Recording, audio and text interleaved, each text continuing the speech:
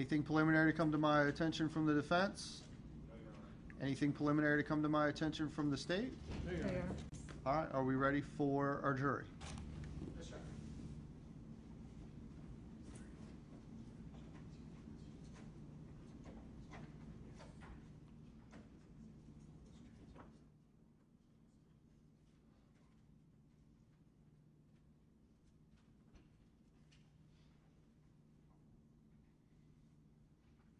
All right, Ms. Smell, let's go get our jury.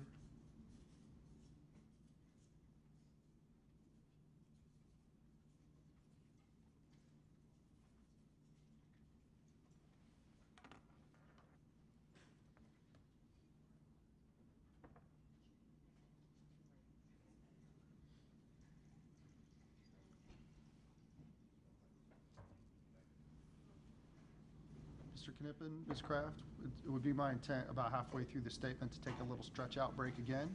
When you see Ms. Kilgore re-enter the courtroom, you will know that it is time for our little stretch out break, about an hour into the statement.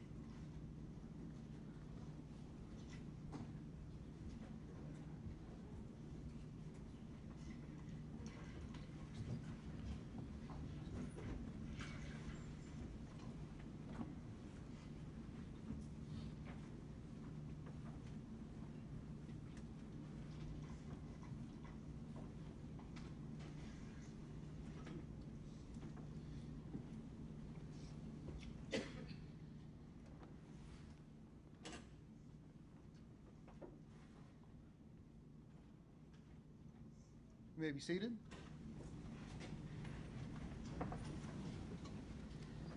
Ladies and gentlemen, welcome back. Was everybody able to follow my instructions and admonitions over our weekend break? All right. Ms. Kraft, Mr. Knippen, you may proceed. Thank you.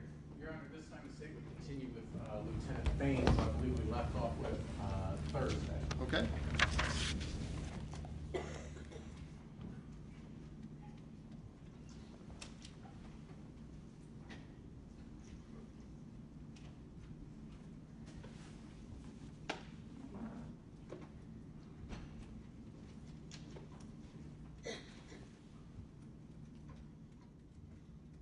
One up here.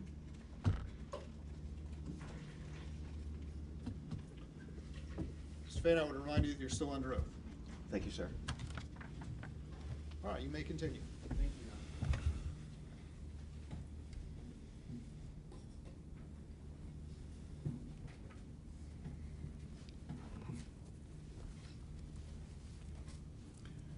Good morning, sir. Good morning.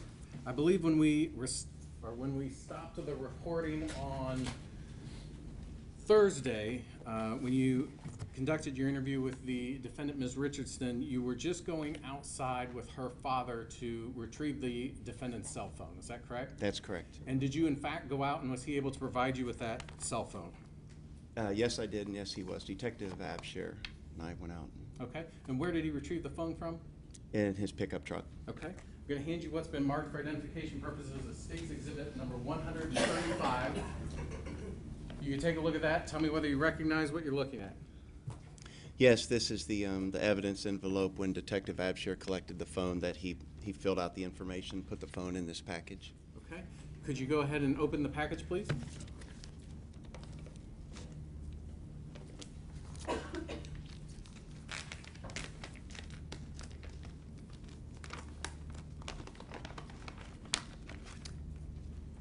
And have you had an opportunity to remove the contents, sir? I have. Sir, is that the phone that Mr. Richardson provided you back on July 14th of 2017? It is. It looks, it's a standard iPhone, but what I recall from it was the case is what sticks on my mind. I'm able to tell that this is one because of the case that's on it. Okay. And is that in the same or substantially same condition as when it was recovered back on July 14th of 2017? Yes, sir. What was the reason that you wanted to collect that phone, sir? Phones now are what people use the most, it seems, in our lives for everything, all the information that we get, information that we share, communication that we make. We were just at the very beginning of this investigation at the conclusion of the first interview, so I knew we wanted to look at the phone to see if there was any information of any kind that was related to the case. Okay. And in fact, you talked with her during that first interview about any potential internet search history of hers. Is that correct? That's correct, yes. Okay. Why is that relevant? It's relevant just because when we do a download, what's called a forensic download of the phone, we can retrieve that information. And if in fact I was corroborating what she said, there had been some searches, but it was somewhat vague on exactly what may have been searched. And again, we're just at the very beginning of the investigation, so I really had no idea what all might be contained on the phone. Okay. While you were with the defendant there at the Carlisle Police Department, are you aware, was anything happening back at their residence at 104 Eagle Ridge Drive? Yes, there was. What was going on there? That was where the crime scene unit, or our CSU team, as we call it, was preparing to execute the search warrant, where we were actually going to attempt to dig up or retrieve the remains, the skeletal remains that were there. We're also in contact with the coroner, requesting the coroner, Dr. Updegrove, to come to the scene to be there while that takes place. Okay. And at some point, that search warrant is obtained to do a search of that property. Is that correct? That's correct. And the crime scene unit begins looking for any potential burial sites. Is that right? That's correct. Sir, at some point, was the defendant transported out to the scene to help identify the burial site? Yes, she was. And was she able to do that? Was she able to identify the site? Yes, she was. By that time, I was on the scene at the home, 104 Eagle Ridge, and Sergeant Smith from the crime scene unit said they had 2 locations that they thought fit the description that I had received from Skylar, and they wanted to know for sure if there was any way they could know, because this was going to be a very tedious, delicate process, and hoping to expedite it as much as we can and get done and get out of their home so they can return home.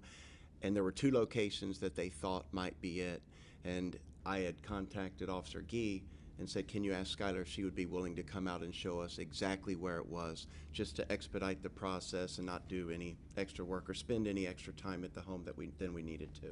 And she cooperated and was willing to do that. Is that right? She did cooperate, yes. Officer Gee brought her out to the scene, and Skylar came to the backyard where I was. I asked her, would you be willing to show me where it is? And she said yes, and she took me to the spot. And I said, are you sure? And she said, I'm definitely sure this is it right here. Okay. Sir, while you were out at the scene, did you have an opportunity at some point that day to be inside of the defendant's bedroom? I did. What was the reason for that, sir?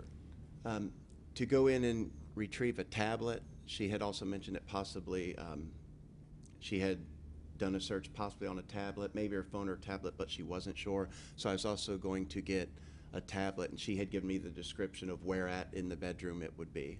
Okay, and so you were in fact in her bedroom on July 14th.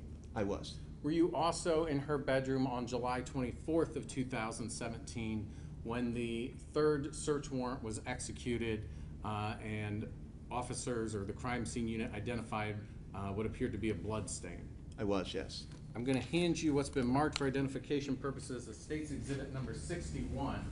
If you can take a look at that and tell me whether you recognize what you're looking at. I do. This picture here is in Skylar's bed. I'll put it on the Oh, I'm screen. sorry. No, that's okay. I just want to make sure everyone could see what I was viewing there. Okay.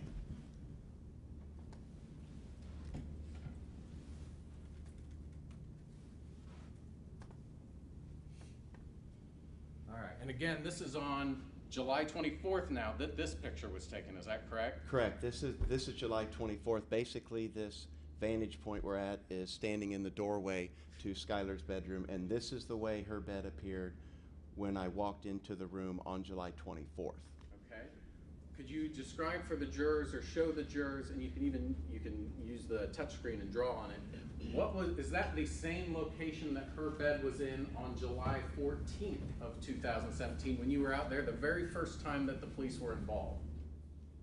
No, sir, this was not the same location. In fact, the first thing that I noticed when I got to the bedroom doorway that day was that the furniture had been rearranged. The way it was on July 14th, the very first day when I was there, the headboard was rotated over so it would be in between the corner, this corner. The headboard would have been right here. And then the bed would have come out that way there. That was the way it was on July 14th when I walked in, so it was immediately obvious to me when I walked in on the 24th that the bed has been completely moved.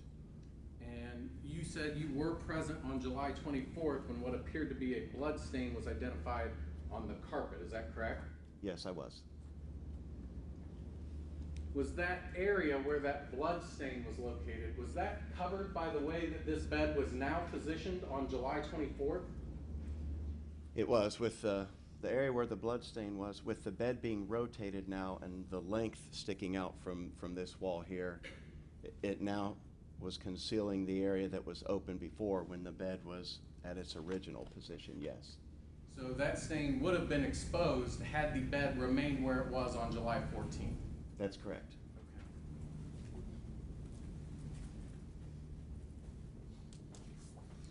I'm going to show you what's been marked for identification purposes as State's Exhibit 123.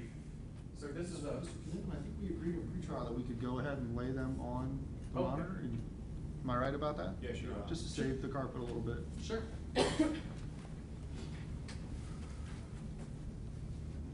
And if you hit the one of the corners of the screen, it'll clear it. Lower left will clear all. Oh, thank you. State's Exhibit 123 is a photo provided by defense counsel of Ms. Richardson's room.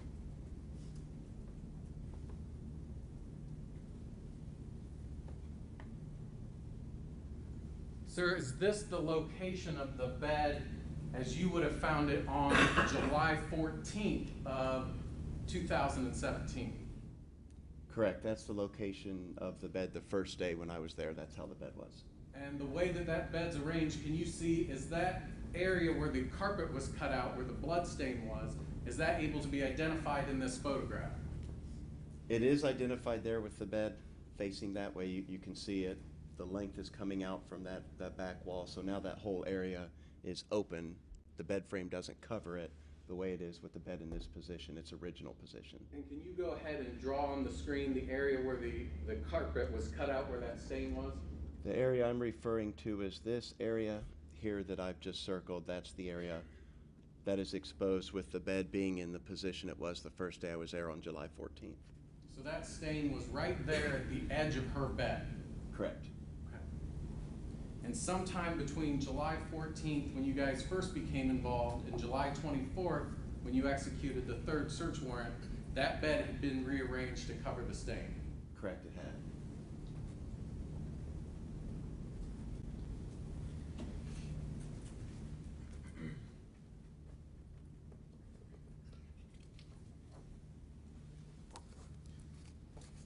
Sir, at the conclusion of your interview on July 14th, and after the crime scene were able to excavate the remains of the infant child, was your investigation over? No, it was actually just at the very beginning of the investigation at that point. Okay, what types of things were you still interested in doing? Well, right now at that point, at the conclusion of the first interview, which everyone has already seen, we were just at the very basic start of the investigation because we still really didn't have any evidence. All we had done was gotten the initial report and spoken with Skylar the first time at that first interview. So there are actually several things that are going to take place now when we do the investigation. For one, everyone had seen that we'd taken the telephone, so there's going to be a forensic examination of all the electronics involved, looking for any communication about this, about the night, about the pregnancy, just about any of it. We had not spoken to any witnesses yet. We had not spoken to any of the doctors from Hilltop OBGYN. We had not spoken to any friends of Skylar's or anyone conducted any of those interviews. Of course, the skeletal remains went to the coroner's office for an examination there. So that obviously takes some time, and it's going to be days before we did that. Search warrants for the electronics. There are actually several things in all different directions that are going on. And after that first interview, I had assigned the case to Detective Carter as her case, and so she was basically the one coordinating that and with the information, working with the crime scene unit. They're still processing evidence that they've taken initially, doing their reports. So really, it's just at the very beginning, at the conclusion of that interview on July 14th. I want to direct your attention to July 20th of 2017 was a second search warrant conducted at the Richardson residence. That's correct. How did that search warrant come about, sir? Through the process of the investigation, we're receiving more information, and I got a call from Doyle Burke from the coroner's office, one of the investigators there, and he told me that he had information from the doctor that the bones had possibly been burned, and also we were missing some bones, some leg and or foot bones. Okay. And as a result of obtaining that information from Investigator Burke, what do you do? When we get that information, we get another search warrant to do a search. I had been there, obviously, during the first time when we were conducting the search, and the coroner was retrieving all the bones, and it was delicate work, and everything was so tiny. And now I know we're talking about leg and feet bones, you know, of an infant. So, and we're talking about bones now, possibly something, you know, small, like as the size of a Tic Tac when we're talking about those bones. And the grave had been so shallow. I know time is of the essence, and I really don't know if we'll find any more bones out there, but we want to get out there as quickly as possible. So when we got that information, we actually did a search warrant and executed it that same day. Okay. And in addition to, and was the crime scene unit assembled again? Yes, they were. And they responded to the residents? They did. In addition to that, did you also conduct another interview with the defendant, Ms. Richardson? Yes, I did. Detective Carter and I did. Why did you want to speak with her again, sir? We had only done the one interview with her, which a lot of times when we have a report, we'll get one interview briefly, the initial interview we call it, just to see what kind of information we retrieve, and then we're also conducting an investigation to see what additional information we retrieve. It may corroborate what we've heard the first time, or it may be different than what we've heard the first time. But with getting more information and also just going through some of the phone stuff we're going through and continuing to gather evidence, we have some additional questions for her. Okay. And how was that interview arranged? How did that get set up? If I recall, I contacted Mr. Richardson again. At the time during this, I had his cell phone number and he had my cell phone number. And if memory serves me correctly, I believe I contacted Mr. Richardson and asked if he would contact Skylar and we could interview her again. And she came back down for a second interview, is that correct? She did, yes. Where did that interview take place?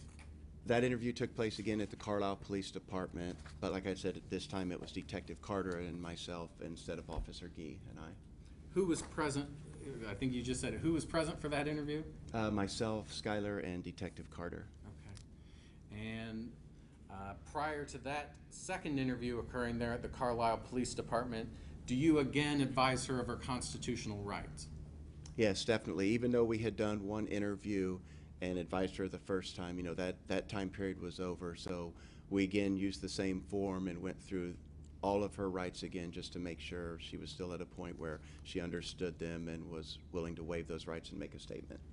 We're going to put State's Exhibit 118 on the screen.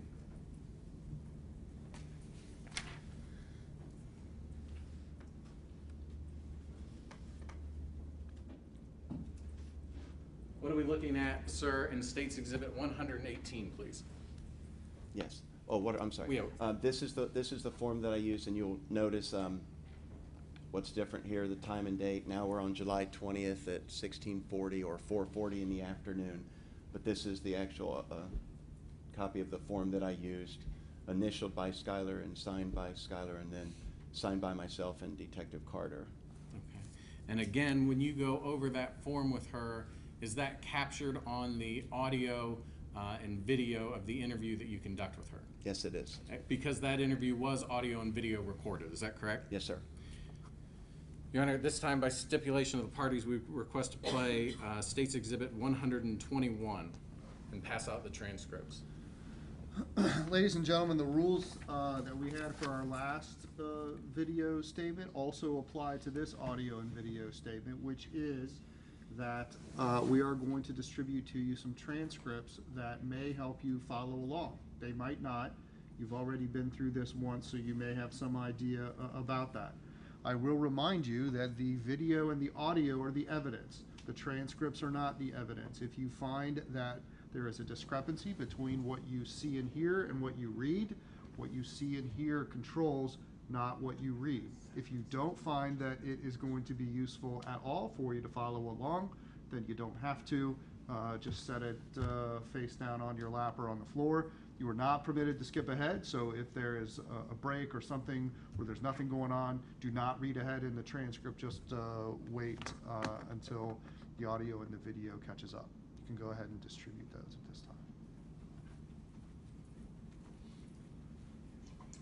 Also remember, if you're taking notes, do not take notes on the transcript because you will not have the transcript with you in the jury room.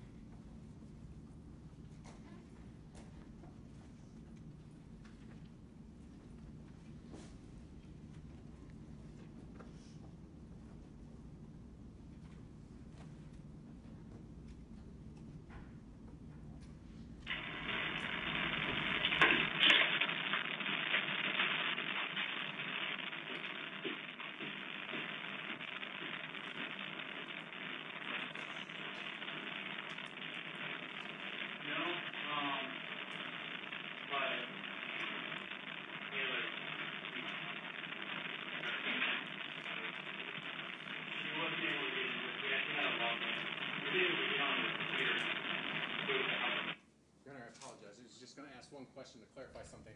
When you conduct, I'm sorry. It always happens when the court reporter leaves. Go ahead. When you conducted this second interview on July 20th, you didn't have that same handheld recorder that you had back on July 14th. Is that correct? Correct. So the audio on this is not as clear because it's the audio from the actual surveillance at the Carlisle Police Department, not the audio from your handheld recorder. Is that correct? Correct. Okay. Sorry, Your Honor. I just wanted to clear that up. That's all right. Go ahead.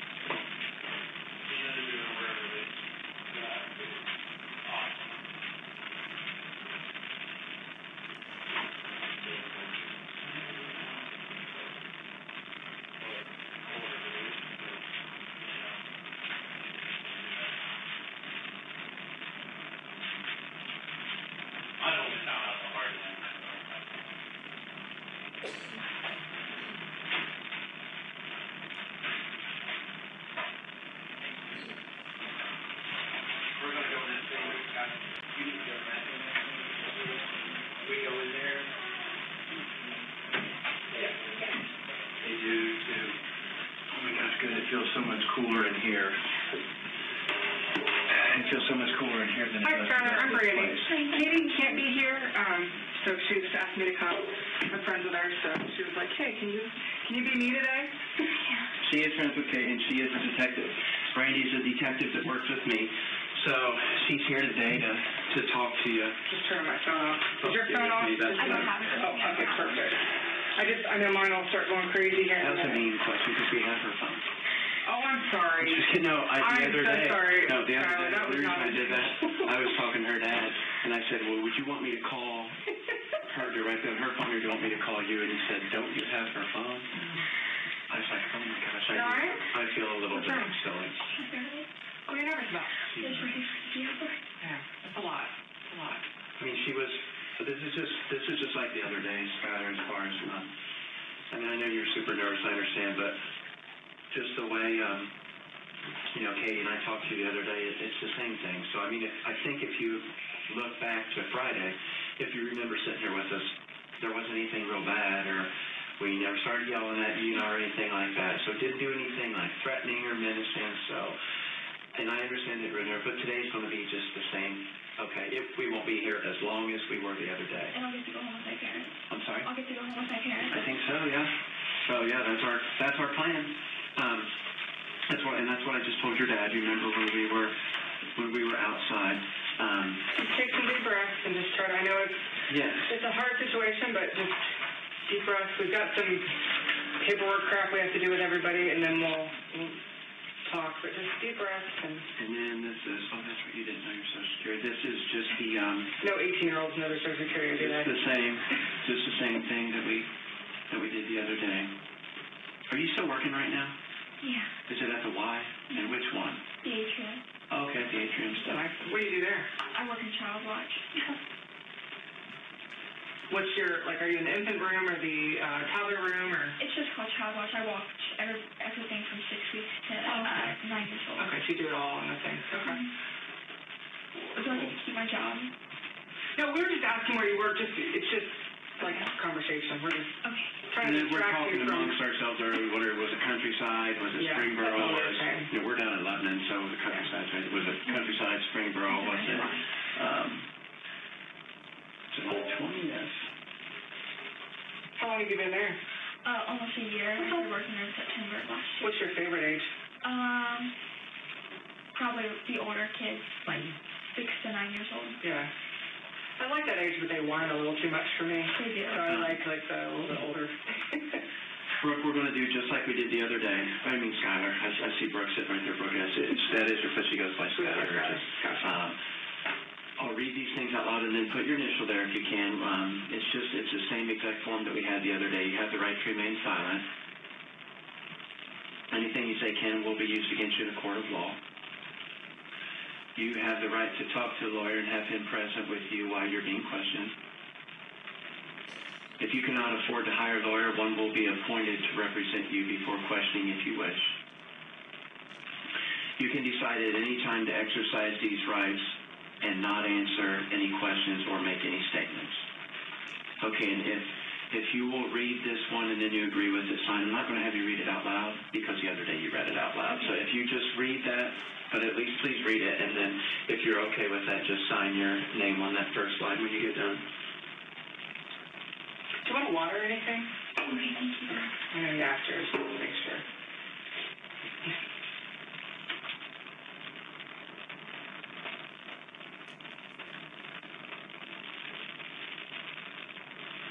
$7:20 is the date. Did you graduate yet? Awesome. She's going to UC, you're going to UC. She's going to go to UC. Good school. Are you going to commute or are you going to live there? Live there. That would be fun.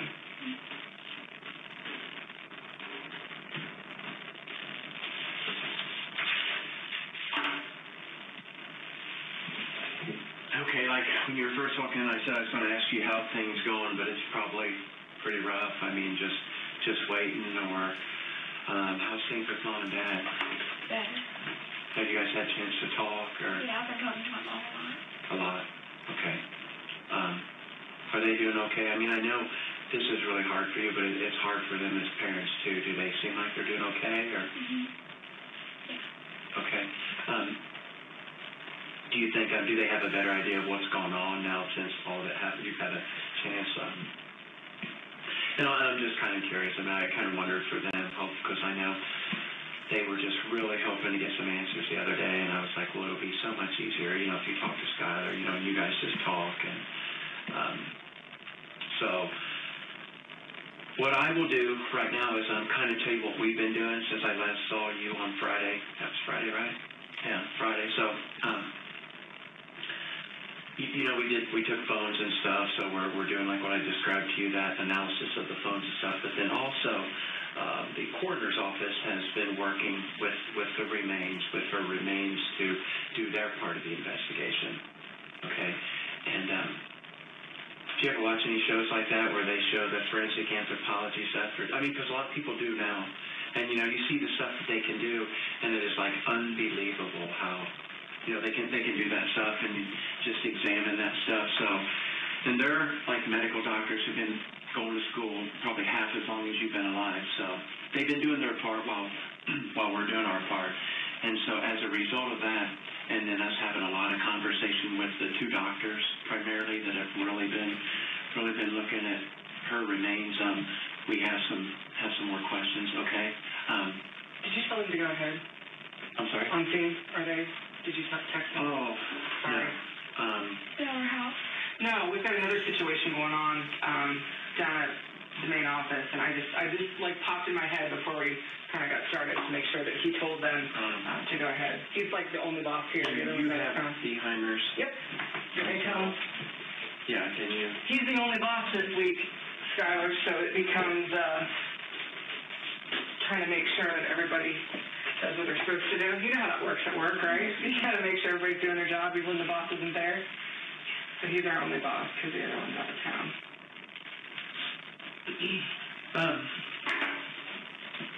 Okay. Also, they've been doing their part, and we say in close communication with them while they're doing it. You know, they do their investigation, but as a result of information that we're getting through the course of talking with them, like I said, we've got some more questions, and for lack of a better way to say it, we know there's some more that happened than what you shared the other day. Okay. And I'm just going to be honest, I don't know how to say it any other way than we know there was more that happened, okay, than what you and I talked about the other day. So having said that, let me go back and kind of just replay, just so we refresh what you and I talked about on Friday. You know, we talked about, and I'll just try to paraphrase, and you can correct me if I say something that you don't feel like it's what we said Friday, okay? Take me away. I'm sorry? My guy's gonna take me away. Well, wait a second, why would you say that? What? I'm just so scared. Okay. Well, but listen, Just breathe. Just try to be calm. We're just trying to find out what happened. This is just like the other day. Remember, I kept telling you that I'm like, nothing real bad. We're not here for do anything bad like that or threaten you or hurt, and nothing like that. We're just trying to find out, you know, the truth for her. Remember, we talked about that, and you yourself was like, I knew she deserved better. I know she deserved better. So do we. Remember, so do we. I talked to you. I know you are a scared 18-year-old girl that until Friday you carried this on your own, you know, and we know that. And, you know, I mean, we talked a long time Friday, okay?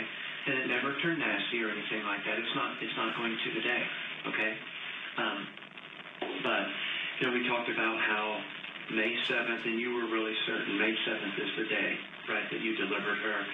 And it was in the bathroom, sometime in the middle of the night because your parents were home and asleep. You delivered her in the bathroom. She wasn't breathing or anything. Her eyes didn't open. There was no heartbeat, and you checked. You pushed. You didn't want to push too hard because she was a brand new baby, but you pushed just to check, and there was no heartbeat. You held her for a little bit there, like on your lap, and then you wrapped her in a towel, and you went downstairs with her into the garage, got, maybe it's called like I'm just going to call it like your mom's garden shovel or something like that, and took her out and put her in that shallow grave right out in the back of the yard, and you didn't put the towel in there, you just put her in there and covered her up. Okay? Does that sound right, like what we talked about Friday? Okay. Well, now where we are, obviously, you know, we were there a long time that day and everything, digging up her remains and everything. But now, after speaking with the doctors who have been doing this, you know, they've been working a lot of hours just with her remains, you know, just tiny bone by tiny bone and everything. And they have a lot of evidence that they have presented to us where they know now from a medically scientific certainty, they know there were other things that happened. So I want to know if you want to tell us, you know, more of the truth about what happened, because we know there was a lot more. We just want to put her to rest. We want her, you know, and here's the thing, listen to me. I know that this is a terrible situation, okay? Just listen to me, okay? You are not the only 18-year-old girl who's been in this situation, that it was too late to have an abortion, and your entire life is about to be fucked, okay? So just breathe. But the important thing that matters is not me, not you, not him. What matters is her, okay? I think that you want to give her a proper burial, and you want to give her a proper final resting situation, but in order to do that, we need to know everything, okay? You cannot go back and change anything that you did, but we can have it out there, and we can just say it, okay? If you need to close your eyes to say it, if you need to whatever, but it's very important that you tell us everything that happened, because the doctors already know, okay? They've already shared with us what happened. Now there's things we don't know, like why, or kind of what you were thinking, or, you know, what would push someone to feel like this was the only option, you know, that they... No, that's not what I'm saying. That's not what I'm saying. What I'm saying is what happened when you decided that you were, before you buried her, okay? So all of those things we need to know, okay? They're going to be able to tell us medically what happened. So it's really important because I want to know why. I want to know, you know, did you feel like that was your only option? Did you feel like you had no choice? You know, so those are some things that we know, okay? We obviously know she was buried because we found her. And then there's things that they can tell from the tissue and stuff that's left, okay? So we know that some more things happened. I think you were trying to I don't know, maybe minimize what was there, make it easier, I don't know, but there were some other things that happened before she was put in the ground. So let's talk about that, okay? The cord might have been wrapped around her neck a little. Okay. When she came out or after? Yeah. Okay. So did you see it wrapped around the neck? A little. Okay. Maybe a Like, little. yeah, okay, so like it's around her neck. And what color was she when she came out? Really white, I think. Well, they're all white because they have that sticky, goopy stuff on them. What about like her fingers or whatever? Were they pink? Were they red? Were they... Okay, that's fine. Where was the cord? Like, was it here? Was it on the side? Was it wrapped all the way around her? Maybe just a little around her. Okay. And what'd you do? You tried to get off but couldn't? Just a little, yeah. Okay, just wouldn't come off? Okay. Is it possible that she maybe breathed a little bit? Like maybe, you know, before... Maybe. Okay. So you tried to get the cord off and couldn't? So was there a time, because I've had a baby, he has not, but I have. So there's not just a baby that comes out, there's a whole lot of other crap that comes out. So is it possible that, because you were on the toilet when you had her? Okay, is it possible that she went down in the toilet for a second? Yeah. Okay. I tried to catch her, but I couldn't. There's no way you can, she's too slippery, you can't catch her. I was just finding her head a little. Okay. Okay, so were you sitting on the toilet, were you squatting over it, or? I was sitting on the toilet. Okay, so she falls in, and are you like in shock? Like, I mean, I would be in shock if this thing just came out of me in the toilet. So how long do you think she was in the water? 5 minutes, 2 minutes? Maybe 2-ish minutes, maybe. Okay. Was she moving at all? Like a little kiss or anything? Okay, well, it's probably hard to look at. So when did you notice the cord was around her neck after you saw her in the toilet or before? Everything just came out at once, maybe just a little. So it's... Was she, I'm sorry, was she, I guess she was probably head first into the toilet because she both came out. So like how did she look as you looked down in the toilet and saw her? I mean, I'm assuming there was water, probably the normal amount of water in the toilet. So do you know, was her head part under the water? I don't think so. Okay. How did she look as you looked down into the toilet? Did you not look at her? I mean, I don't know. Kind of just, I got a little bit maybe. Okay. Were there like bubbles or anything? Sometimes there's like bubbles. Like, did you remember seeing any, but you were looking at her face? And was her face in the water or like to the side, or was it not? If you remember. Okay. But she was head first. When you said maybe she hit her head, did you hear something that maybe made you think that? She just plopped out. Yeah, they come out pretty fast, especially when you're young. So I think she couldn't get hit her head. Okay. I mean, I wanted to catch her. You can't. They're too slippery. Even, like, I don't know how doctors Doctors have the hardest time too. Even Yeah. doctors who are there waiting, they still have the hardest They're time. covered in that goop. Okay. So maybe she was breathing. She left in the toilet for a couple minutes. And if I say something wrong, correct me. Don't. And then did you, like, walk away? Did you kind of stay in the bathroom and think, what am I going to do now? What did you do? Like, I didn't really know. Okay. I was bleeding so much. A lot of blood. What about the placenta? The big, like, it looks like a big thing of meat. What did you do with that? A little after. Okay. And what did you do with that? I buried it with her. Okay. Okay. Did the placenta go in the toilet, like, on top of her, or? A little after she was out. Okay. So you see she's in the toilet for a couple minutes. What do you do after she's in the toilet for a couple minutes? What do you do with her? I put her in the towel. Okay. Okay. And then what? I think I hold her too tight. Do you feel like she was breathing when you were holding her and you held her too tight? Okay.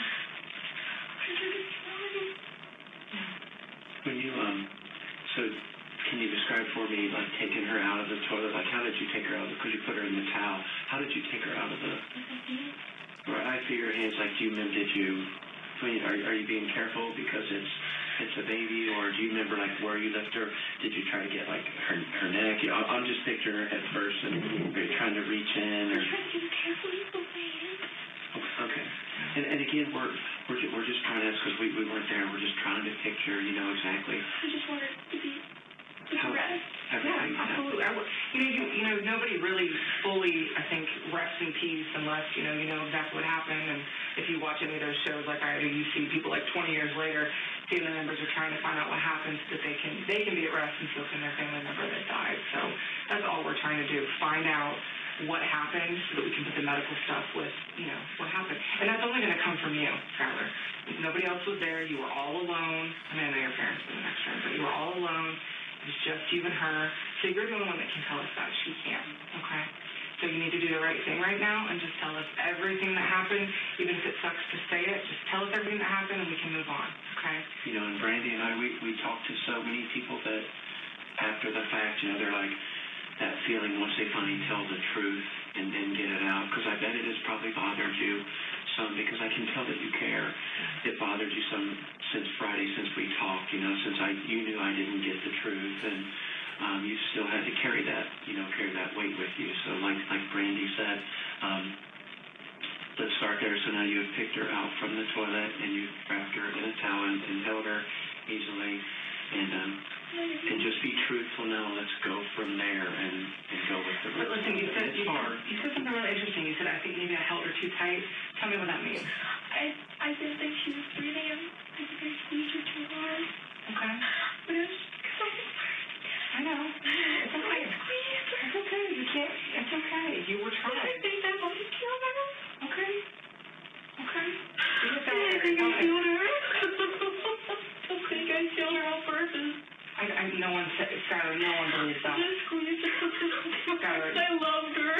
no one believes that you would do anything to her on purpose. No one believes it, okay? I'm gonna go kill. Listen to me.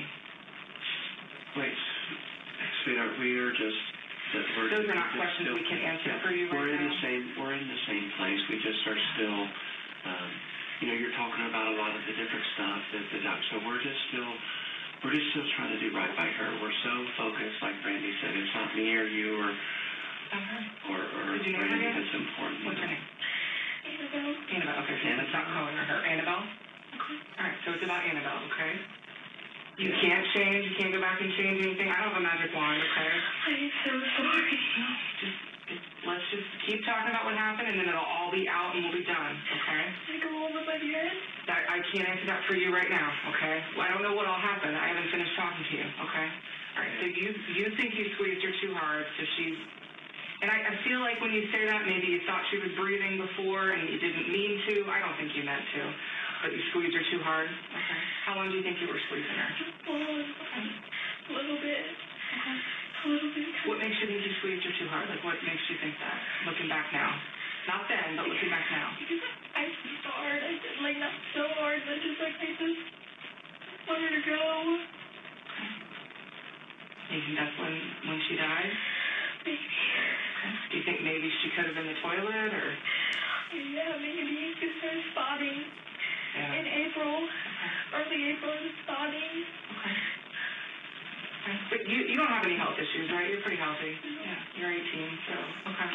So, did she look pretty healthy? I mean, you've probably seen babies before. She looked pretty healthy? She's kind of big. Yeah, well, yeah. That's pretty healthy. I think that that's a good thing when babies look bigger than you expect them to. You're not a smoker, right? No. Okay, that's good. If she was tiny, that would have made you smoking. So you think maybe that's when it happened, and then, so you're squeezing her, and then do you realize that that's when she's, like, not alive, or when do you think? I just think she was alive before. Okay, okay. So what'd you do after you were squeezing her, and then what'd you do? Okay, but before that? I just held her. Tell me about the fire. What fire? Well, there's some evidence to show that there was some burning on her. I didn't burn her. I promise on anything I didn't burn her. My dad has lots of bonfires, but I didn't burn her. There was some charring and stuff on some of her bones, so. I didn't burn her. Are you sure? I swear on anything. You're sure? That I'm sure of. I'm sure of. You didn't did you burn anything around her? Did you try to maybe melt the dirt or anything? Was there any reason for any of that? No. Was there any, I know you said the other day there was no one else that knew or involved or anything, but was there anyone else? I mean, now that you're telling us more truth, you're telling us a lot more truth today. Is there someone else that knew this or helped you this day or anything? No, and I did nothing with fire. Nothing. Is it possible originally you put her in the fire pit before you? No. I don't mean with a lit fire, but I mean put her in the fire pit. No. What about, okay, maybe not fire, what about some other heat source? Was there any heat involved in anything? This was been after she was dead, so it's not like no microwave, no oven, no nothing. There's basically her bones have, not all of them, but some of them have some charring, which means that there was some burning. So that's what we're trying to figure out. Yeah. And there's nobody else involved, and there's no one else that knew about this, and you were all alone, unfortunately. Well, that's what we're trying to figure out. I think there's an explanation for what happened with the something. I think there's some sort of way that we can figure out what happened with something, because that doesn't just happen. That your bones get like that. So, from all accounts, she looked like a pretty healthy, normal baby, from what you're saying. So I don't think. There's just no way it would just happen. So I was thinking maybe you were just trying to kind of get rid of something, or I don't know. But I mean, you buried her. It's not like you just threw her in the trash. So that's good. No, anything that you can think of, anything at all. Because again, you were in shock, I'm sure. It was a terrible, terrible night. You were all alone. Just think about if there was anything that could explain that. Because that's the medical fact. I'm not just telling you that. I'm not, just making it up. I mean, something happened with some fire or some heat source. So we have to think about maybe you were out of your mind. I don't know. Something happened, but there was something with a fire. And Skylar, we're not. You're so close, and all we want is just the truth. And the reason that Brandy's asking that question, and the only reason, is because there is forensic medical evidence where they have been through. There are some bones, like she said, not all of them, but there's some different vertebrae and some rib and stuff that is charred. And then there was some fatty tissue that has burned on one side and not the other. So the doctors know that there was fire of some sort or some kind of burning. They know for certain. And no matter what you tell us, we're never going to all of a sudden judge you or jump off and say you're going to. We're not doing any of that. But there's still a lot more that we don't know that we just want. You're so close. Just give us all the truth that's left. And I've given you all the truth. I told you about squeezing Trevor. I think that it might have hurt her, but that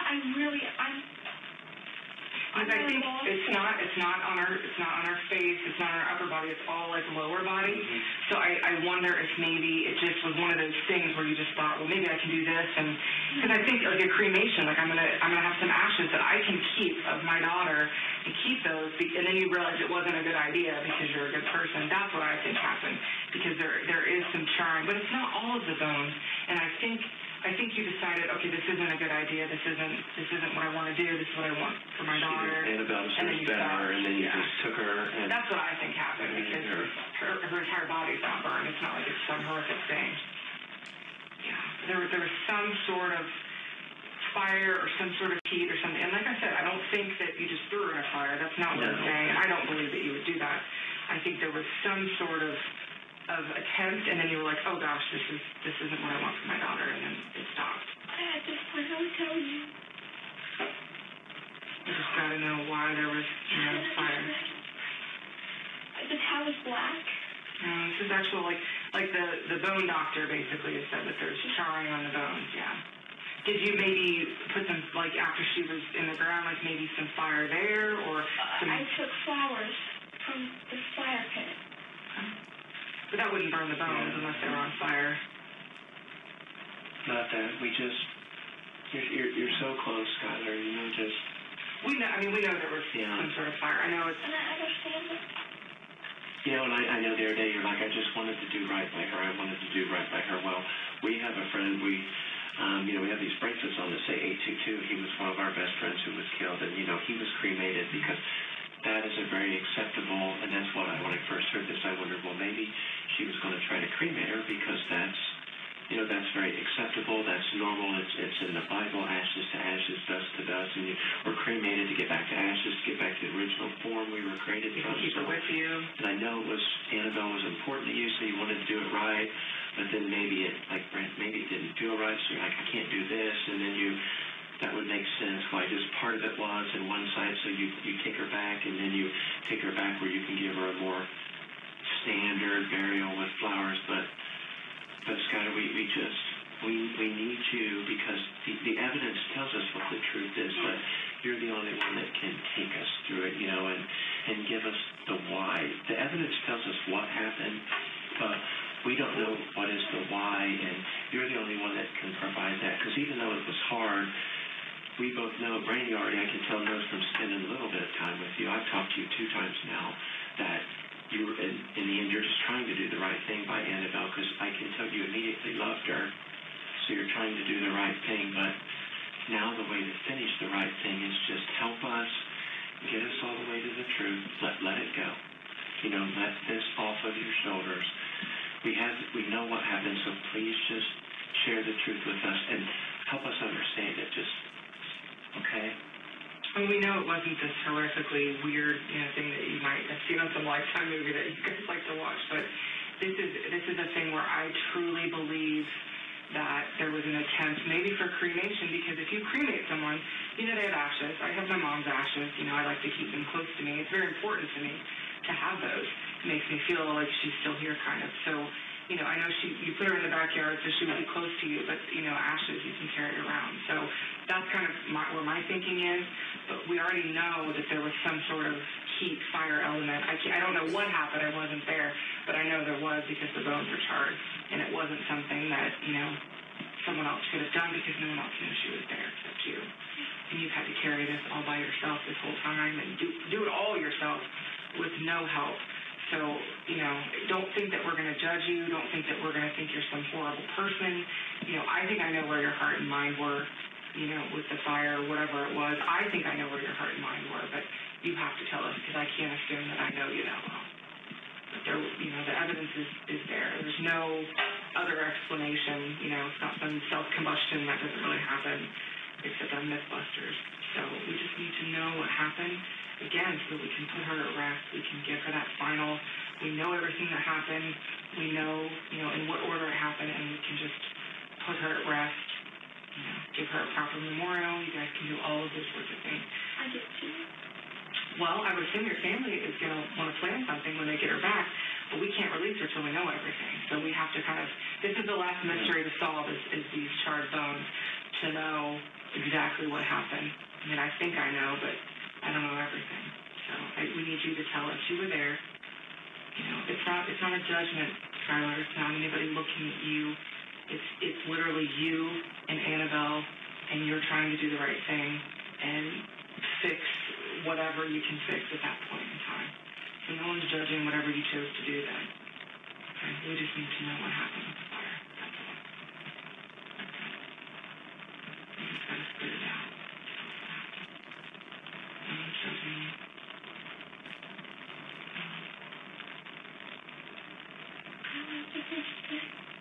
You gotta tell me. I don't want to put words in your mouth, Skylar. I don't want you to, I want you.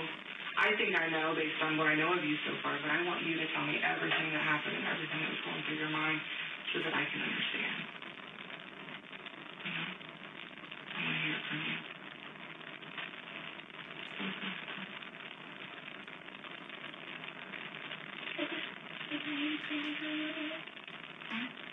So you're holding her, squeezing her. What happens right after that? Okay, just kind of walk me through everything. So you're holding her, you squeeze her, and then what are you thinking? Just kind of just close your eyes, put yourself back there, and just walk me through it like I was there. I want to feel like I was there with you to know what happened.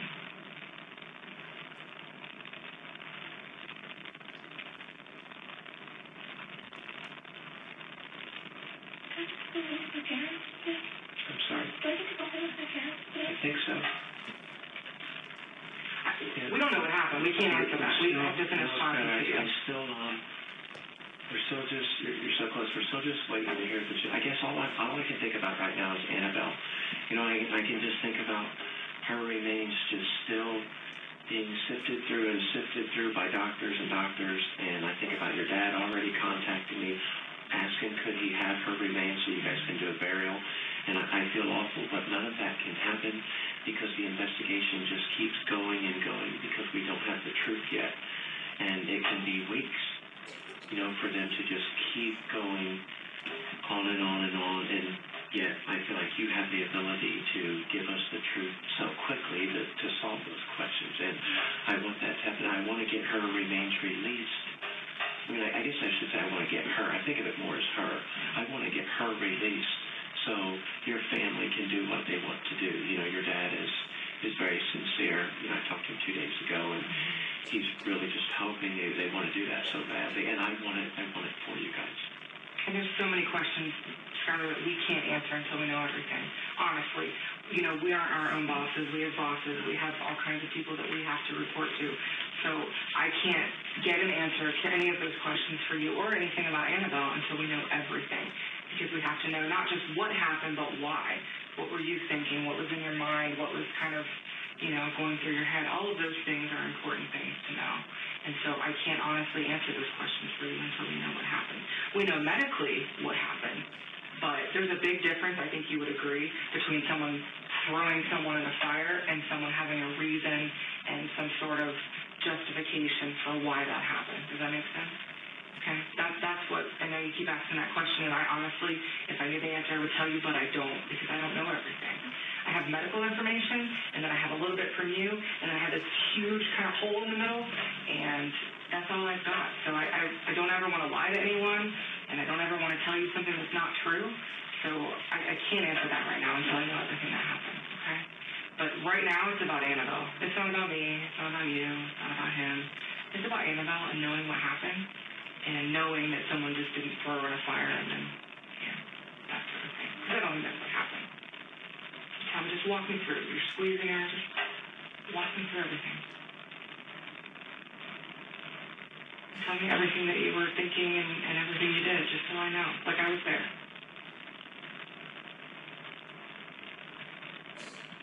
I thought I was crazy, but I don't know why. She had a lot of it. Okay, where'd you put her? In the valley.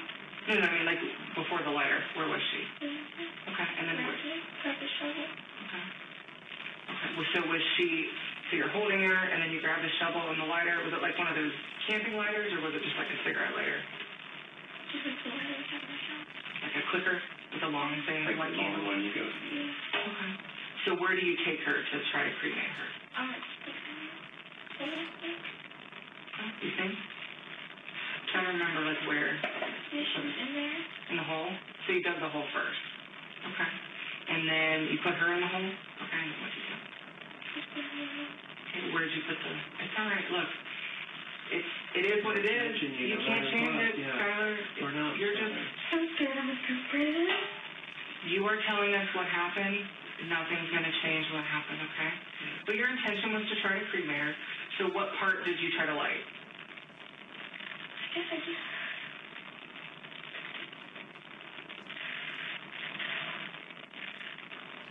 Part of the remains. Like, did you start, like, at the bottom, the top? Okay. Did you have anything else or use anything to help try to light it? You know, because usually crematory, there's things that make it intense and make the fire to help the process. You didn't have anything to, like any kind of lighter fluid or gasoline or anything to try to, something to try to help light to help? I'm sorry? Yeah. You didn't? So just, like, the lighter on, like, the feet or something? I don't want to put words in your mouth, but, like, feet, legs. I mean, you didn't put it on her face. I mean, so I mean. And her, the towel was not on then, right? Or I know the other day you said it wasn't when you put her to ground, but so the towel was not on. I just want to make sure that's still okay. And then did it fire? Like, was there an actual fire?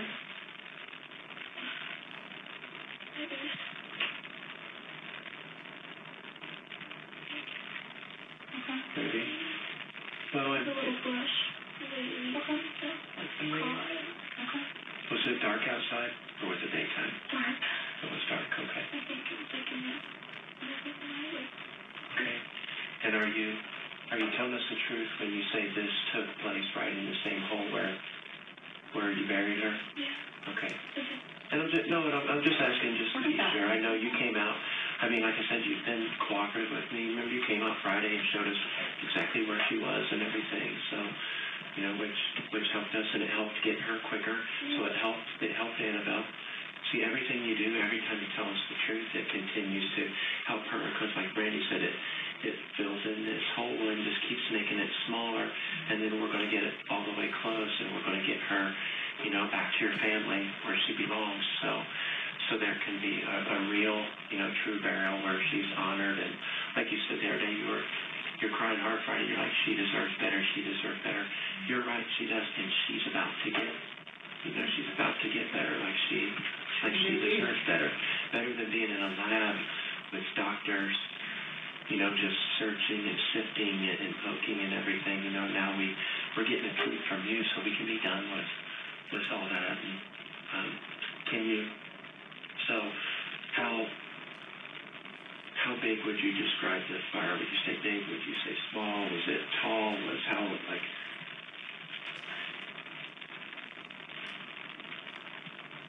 Yeah, I don't remember. How far up did it go? Like, was it like shin? I know baby legs are super little, but like, was it like this much? Like, you know, if you want to use your forearm, was it like this far up? Was it this far up? Do you know how far up the fire went? Okay. What about to her, like, chest area, stomach? Maybe. I could try to get it out. What made you decide you wanted to get it out? Wrong. You just felt it. Was she moving at that point or making any? No. Okay. So there wasn't any noise or anything. It was just okay. All right. So when you tried to get it out, what did you do? How did you try to put it out? You didn't get burned, did you? No.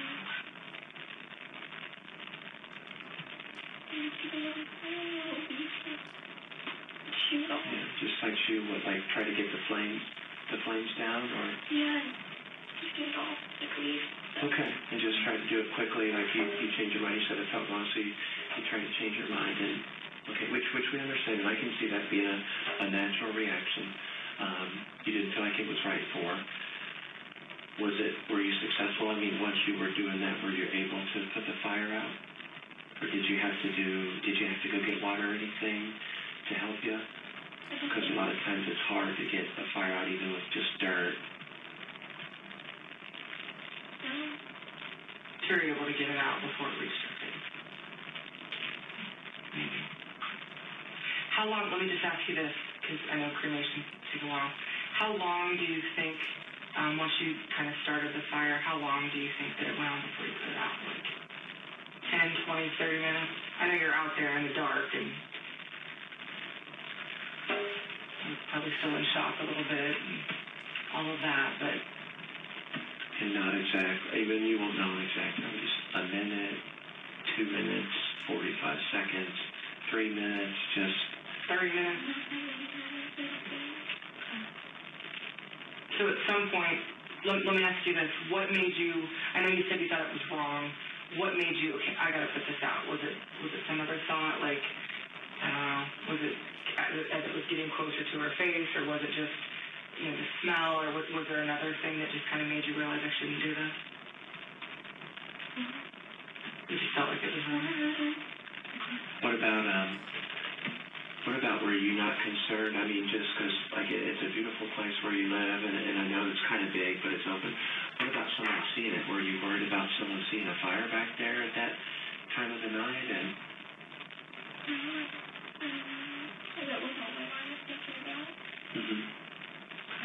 I mean, and I understand, so I asked that because that would be understandable if that was if that was true, you know, because that's obviously, that's why I said earlier, if it was dark, that's going to draw attention, and it's going to make you worry about someone coming out, and which if you feel like you're maybe doing something wrong, you know, you're not going to want someone to walk out, and so you're able to get all the flames out, right? You were able to do that? Okay. And just by, are you sure you didn't use anything, any water or anything, or you just got them out by using dirt? Okay, using the dirt. What do you do next?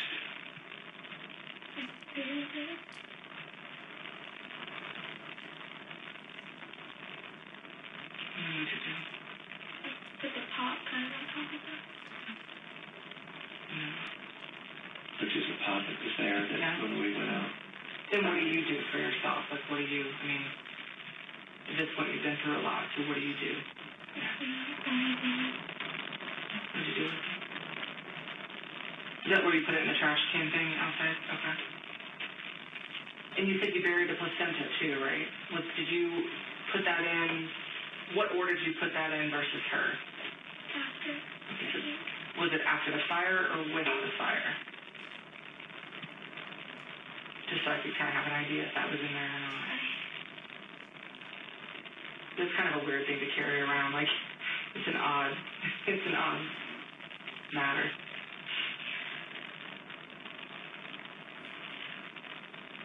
Or was it, let me ask you this, was it still attached? Like, did you cut the cord? The cord came out. I didn't cut anything. Okay. You didn't cut the cord from her? No. Because the cord's attached, was it still attached to the placenta? Remember? No. Okay. I don't remember. I might have put it first. Okay.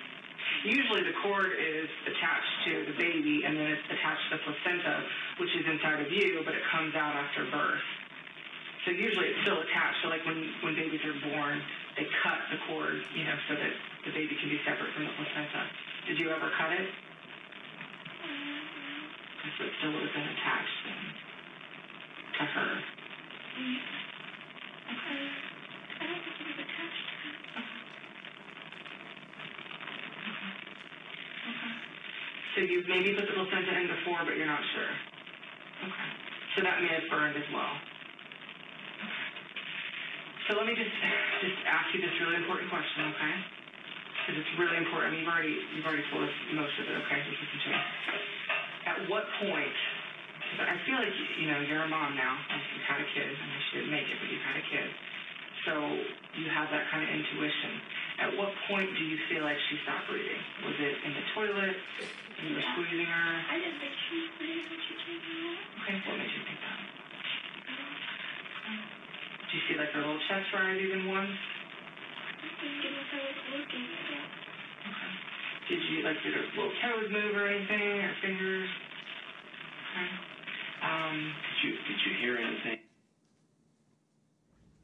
Ladies and gentlemen, if you want to go ahead and stand and stretch out a little bit, I think because of the timing of the interview, what I'm going to do is we're going to go probably about another 20 minutes and take our break.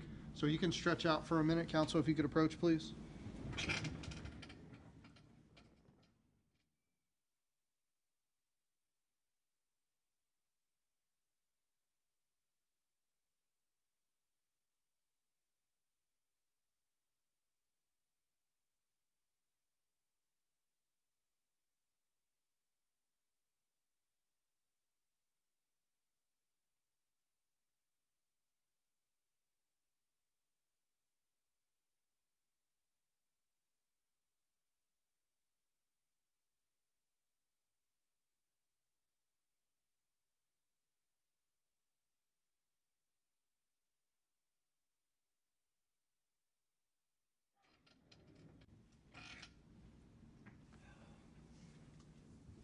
You may be seated.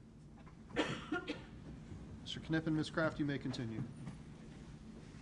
Maybe we rewind it just 10 seconds just so that we get the whole. That's fine. Okay. Do we have that ability?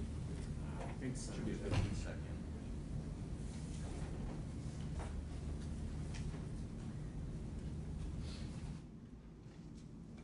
It was I was looking at it. Okay. Did her little toes move or anything, or fingers?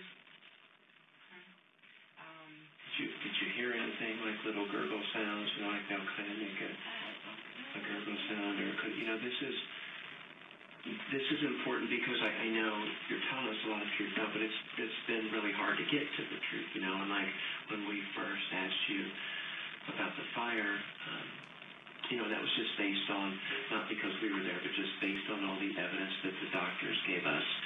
When we first said that, you know, you leaned back and you're like, oh my gosh, no way. But then as it turns out, you know, you decided, okay, I'm just gonna tell them that. So, you know, and this is Annabelle. She was a good size. I mean, she was a good size little girl. You're a healthy girl.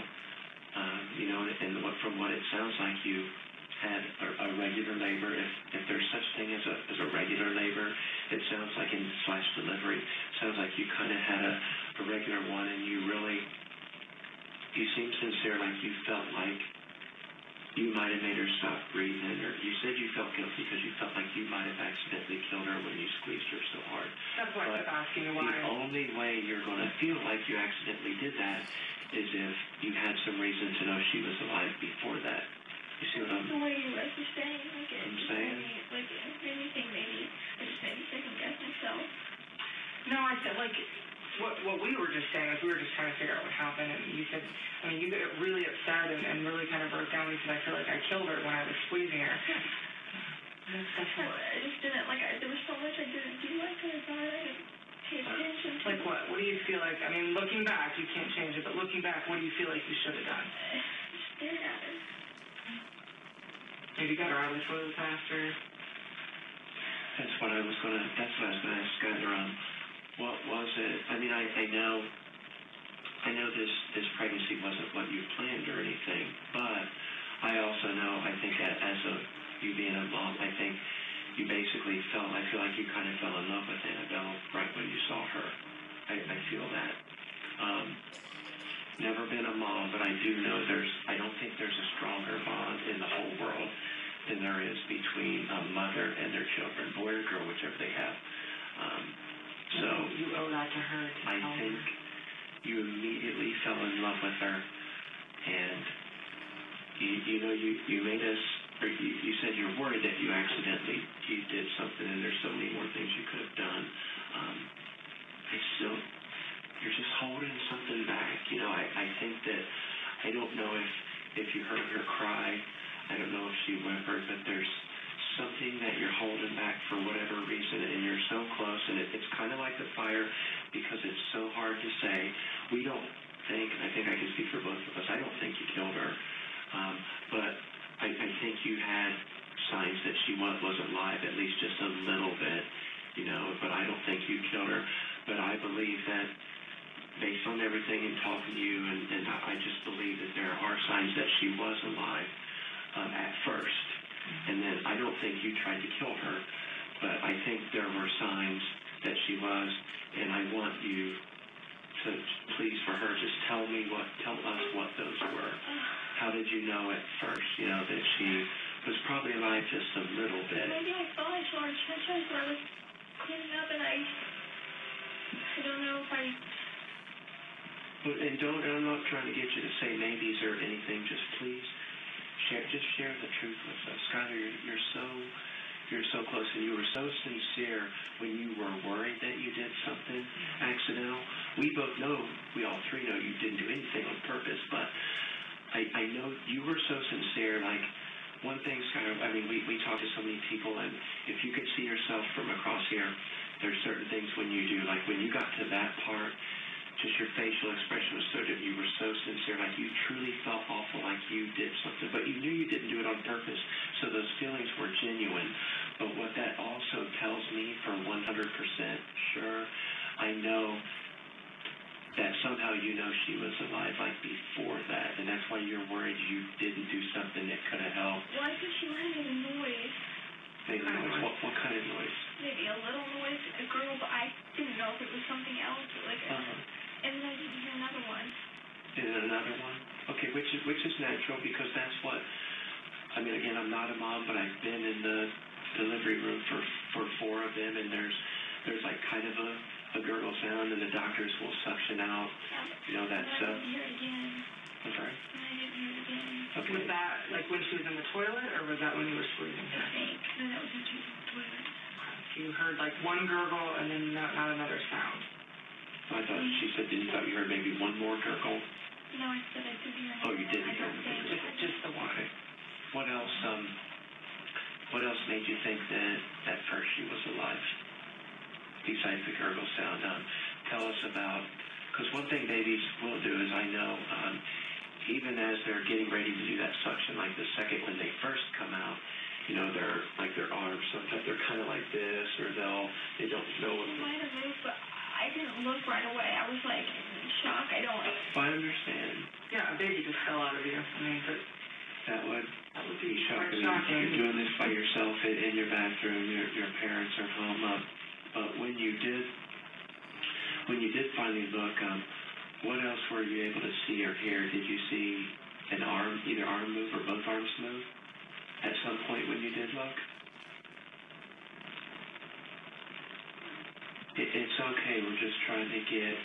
I'm just trying to know. I want to be able to tell the doctor what all signs you saw, how you know the baby was alive just a little bit, that Annabelle was alive a little bit.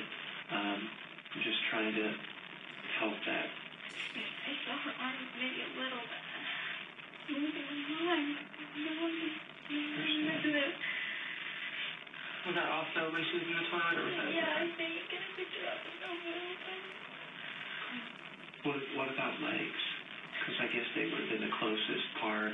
Maybe, but the way she was squished up. Oh, okay. And when you say maybe, what does that mean? Because we're not trying to put words in your mouth, Skylar, at all. I know that you made it clear that she was alive at first. So I'm just. You know what happened. I mean, you just have to say. See, it's okay. Like I told you, nothing changes. Every time you tell us the truth, nothing is changing. You know. Yeah, I just wasn't ready for it to be over. I I'm going to jail. Dear, I know you are so ready, and what's doing is you're finally think about all the truth you've told today compared to where we were last Friday. Okay. Think about how proud Annabelle would be to have you as a mom for being honest about what happened.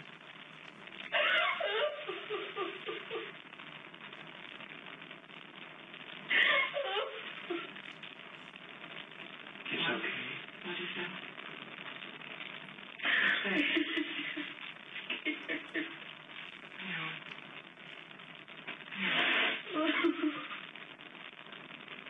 Do you think that leaving her in the toilet is what stopped her breathing? Because I know before you said you thought it was when you squeezed her, but Yeah, I don't know. I just needed it. Or when you got her out of the toilet. I guess the way we'll know that, Skylar, is when you got her out of the toilet, did you still have more signs, and that's what made you think the squeezing did it, or? Well, no, I just didn't think I saw a heartbeat. Right, and I can understand that, and it's like a kind of a shallow, but a brand new baby's heartbeat is kind of different, and they're so tiny you're not gonna feel on her wrist or anything, but I would think, especially when you did get her out of the toilet, you know, you got her more upright and there was no water and everything, that then especially you may or may not get a gurgle sound. I would think you would probably have some movement then, or feel her like squirm a little bit as you hold her. if she was still alive then, that's what we're just trying to figure out, was it, her in the toilet, that's when it happened, or, because I know you said you heard the gurgle in the toilet and then you didn't hear any more. I don't think, no, unless I didn't hear the towel. I holding her. At what point, because there's always that defining moment, at what moment did you know that she was gone? Because you can just, people kind of turn different colors and you can tell. You just didn't look at her. Okay. That's a very honest answer, Skylar. Did you look at her, did you ever look at her face, or just, was that something you were trying to avoid?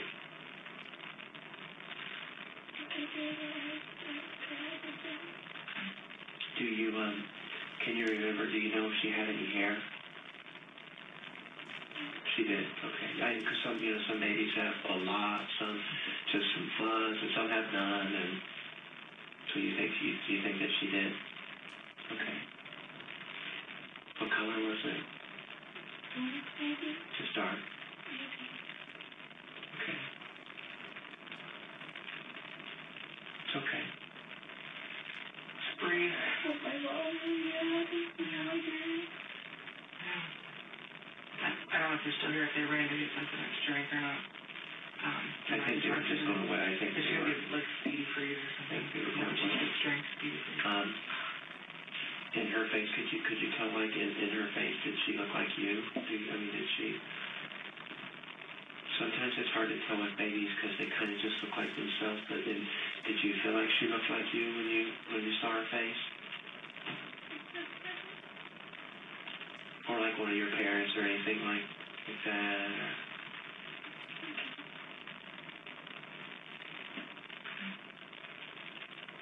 So, probably, well, not probably. What I'm hearing you say, and please correct me if I'm wrong, is there was no movement or signs of life after the toilet that you remember.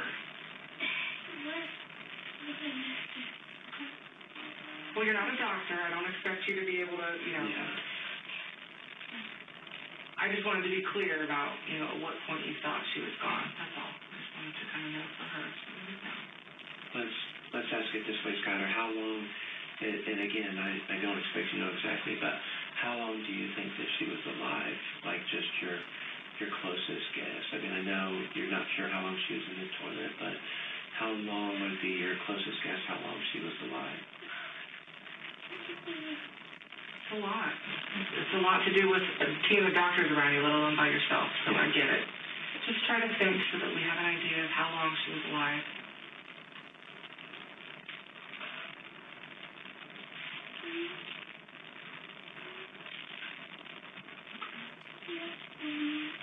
And I know you said earlier you thought maybe, and we're not holding you to it, Sarah, but maybe she was in the toilet a couple minutes while you were kind of freaking out.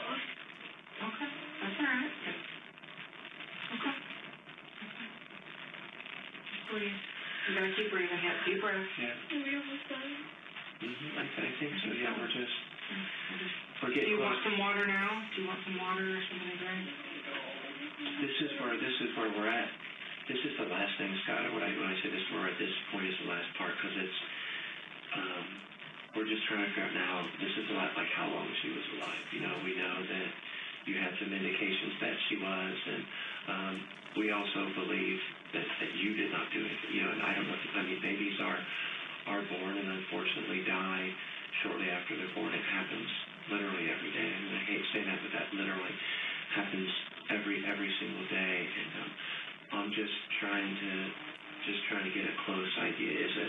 Do we think it was 2 minutes? Do we think it was 5 minutes? Do we think it was 10 minutes? And it doesn't change things if it was 5 minutes or 10 minutes or 20 minutes or 30 minutes.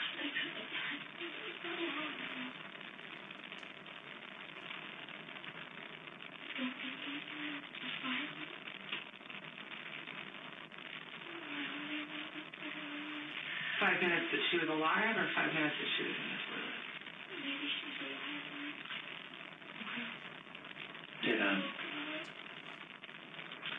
Was she ever loud enough that you were worried maybe somebody might hear?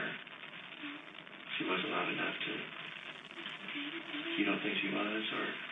Because I know in the house you're upstairs, you're in the bathroom, and it could, the rooms are kind of close. Did she cry? Because if she was alive that long, I would definitely expect she would cry at least a little bit. I wasn't there, but it would be very natural if she would cry.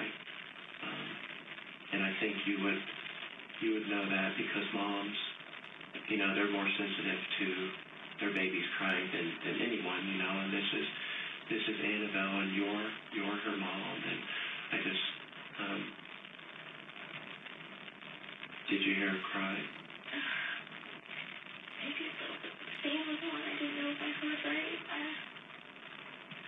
It's okay. It's okay. I'm just a girl. Yeah. You didn't kill her, and now we're just trying to get the truth so we can bring her home. Okay? And we've told you so many times, we're not trying to be mean to you or judge you. We're not. And we won't. No matter what you say, it's not going to happen. No matter. We have both been doing this for so long. We're both parents of kids older than you. Mm-hmm. We're neither one going to all of a sudden become something different. So, no matter what you say, but you know, we love children, even children we've never met. You know, so we're just in the same situation, I think, where your parents are, and I can tell now, Brian, that you are just wanting to get all the truth out for Annabelle. You know, because like you said, Brian, she deserves it more than anything. She deserves it more than anything. When you, is that what made you worry about the squeezing? I would assume, was the crying that you heard, was that before you squeezed? Did you hear any crying after? Or did you hear any? A little crying. Little crying? Maybe just a little crying. Okay. Was that in the toilet or outside? On the toilet. Okay. Oh, okay. You've been pretty consistent about the fact that the only noise you really heard was when she was in the toilet. Is that right? Yeah. Okay. And the only movement you saw was when she was in the toilet. I don't think she's straight from that. I know you were worried about squeezing her and holding her, but the only noise you heard her make was in the toilet. Is that right? Okay. Is there anything else that we need to know, or that we need to know about Annabelle, or that Annabelle needs to know from you? Anything else you can think of? I know. You're her mom, so anything else that you feel like you need to say, or feel like you need to bring forth for Annabelle, tell us. I'm not going to judge you, obviously. You feel like you've told us everything? Okay. You feel like we know everything? You feel like you have to pee? I mean, only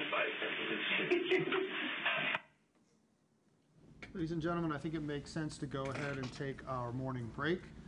Remember the things that I have already told you. Do not begin discussing the case amongst yourselves or think about how the case should be decided. If you could, please leave your transcript in the courtroom, and we will see everybody back here at around 10:50.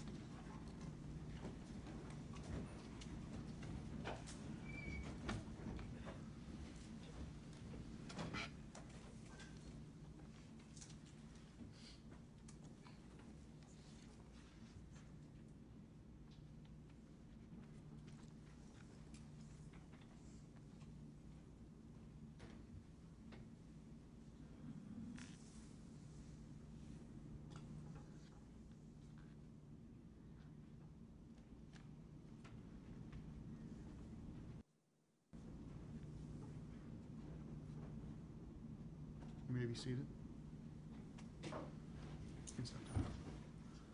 We are on the record outside the presence of the jury. Ladies and gentlemen, for those of you who are in the gallery, if you are covering this trial and you are not aware of this court's orders regarding photography in the courtroom, I'm sure if you go out to the table right out here, somebody will be kind enough to provide you a copy. I'm not chastising anybody who is here because I think that we took care of the problem. Counsel, I apologize for the distraction during the statement being read. We're going to bring the jury back here in about 15 minutes. Anything from the state? Anything from the defense? All right. You can remain seated. Mr. Mullins.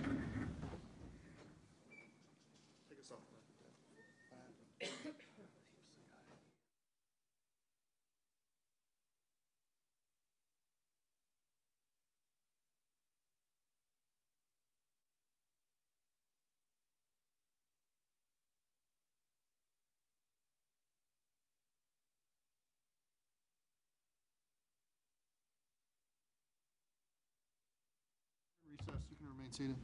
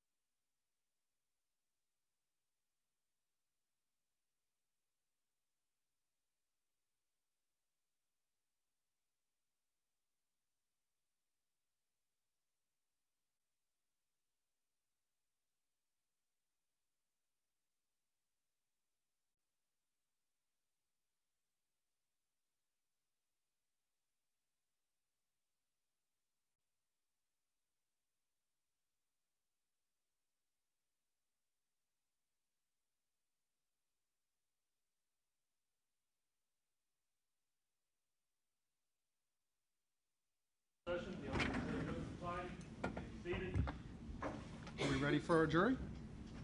All right, Mr. Mullins, go get our jury.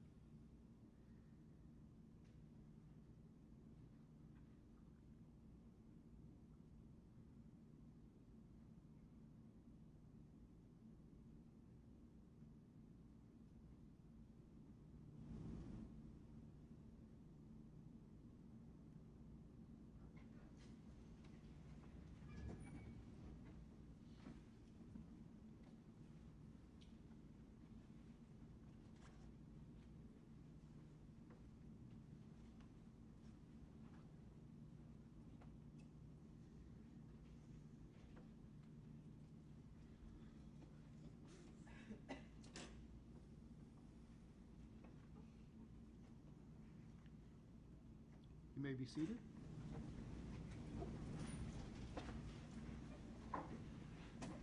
Ladies and gentlemen, welcome back. Was everybody able to follow my instructions and admonitions over the break? Yes, sir. All right, I'll give you a couple of seconds there to get oriented to your transcripts. All right. I don't. Are we?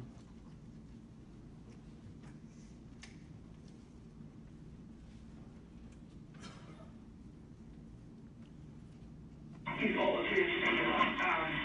Do you feel like, sorry, when you say Annabelle up there, you need to know, you've told us everything. There's nothing else, okay? I don't know what's going to happen. That is not up to us, okay? I don't know. Do you feel it? You keep saying that. Do you feel like you should be? I don't think he should. Do right. I don't know what's going to happen because those are decisions I can't make because that's not what I do. But I will tell you that, you being honest with us here today and cooperative and telling us what happened for Annabelle, that's what matters, okay? I don't control the future. I don't know what's going to happen to you. I know that, you're a young girl and you've got your whole future ahead of you. You just need to think about Annabelle, okay? And be proud of yourself for being honest today because a lot of people would have lied, A lot of people that don't care about their kids would have lied. Okay? Obviously, because you were honest. Okay? You obviously care about Annabelle. You're worried about, her resting, and you're worried about her. So this will help the doctors get everything processed, and then you can get the remains back to your family, and then you guys can plan whatever you guys want to do. What do they want to do? They want to do a funeral? They want to do... Okay. What do your parents want to do?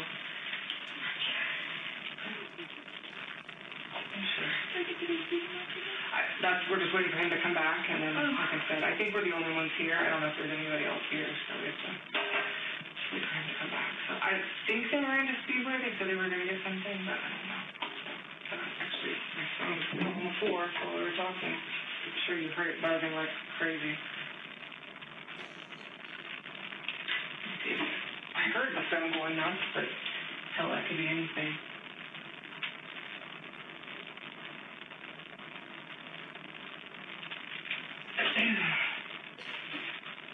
What kind of schedule do you work at the Y? Do you work like full time? No. Oh, okay. 2 days a week. Oh, that's not bad. Like how many hours? 4 at a time. Oh, that's not bad. How was like recovering from the birth? Was that hard? I know there's a lot of bleeding. Lots and lots of bleeding. Do you have any complications? Are you worried about anything with your body or anything? Feel okay?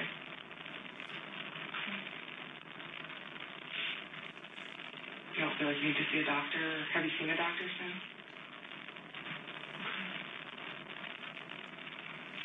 Do you feel like you need to? Just to get checked out? Make sure you're okay?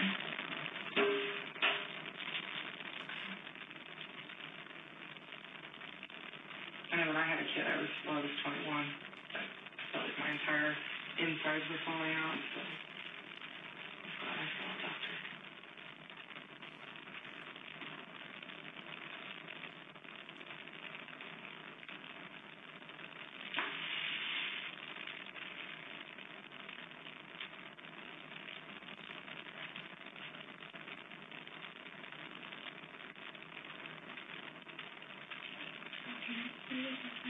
I think that might be what he's doing. I'm not sure.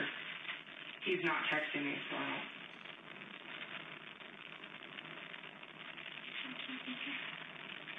I mean, you and I are both stuck here for right now. I can't leave either.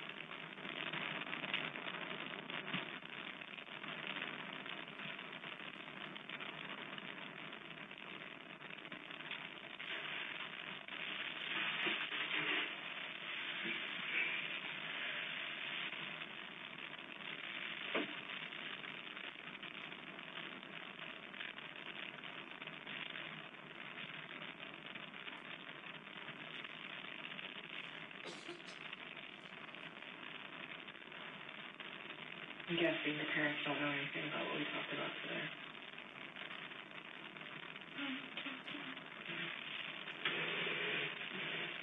I'm sure they'll want to hear from you.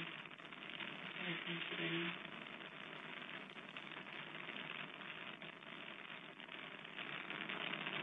I have a 19-year-old. I know it would come better for me, or for my kids than it would anybody else. So that's probably a difficult conversation to have, I'm sure.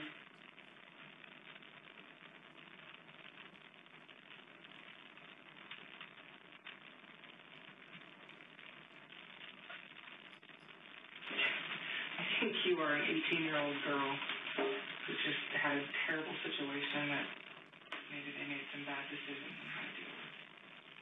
You know? I mean, you're young.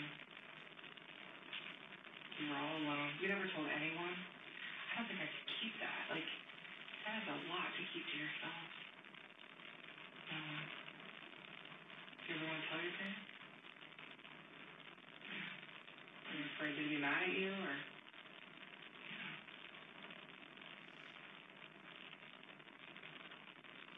It's a lot to keep inside for a long time.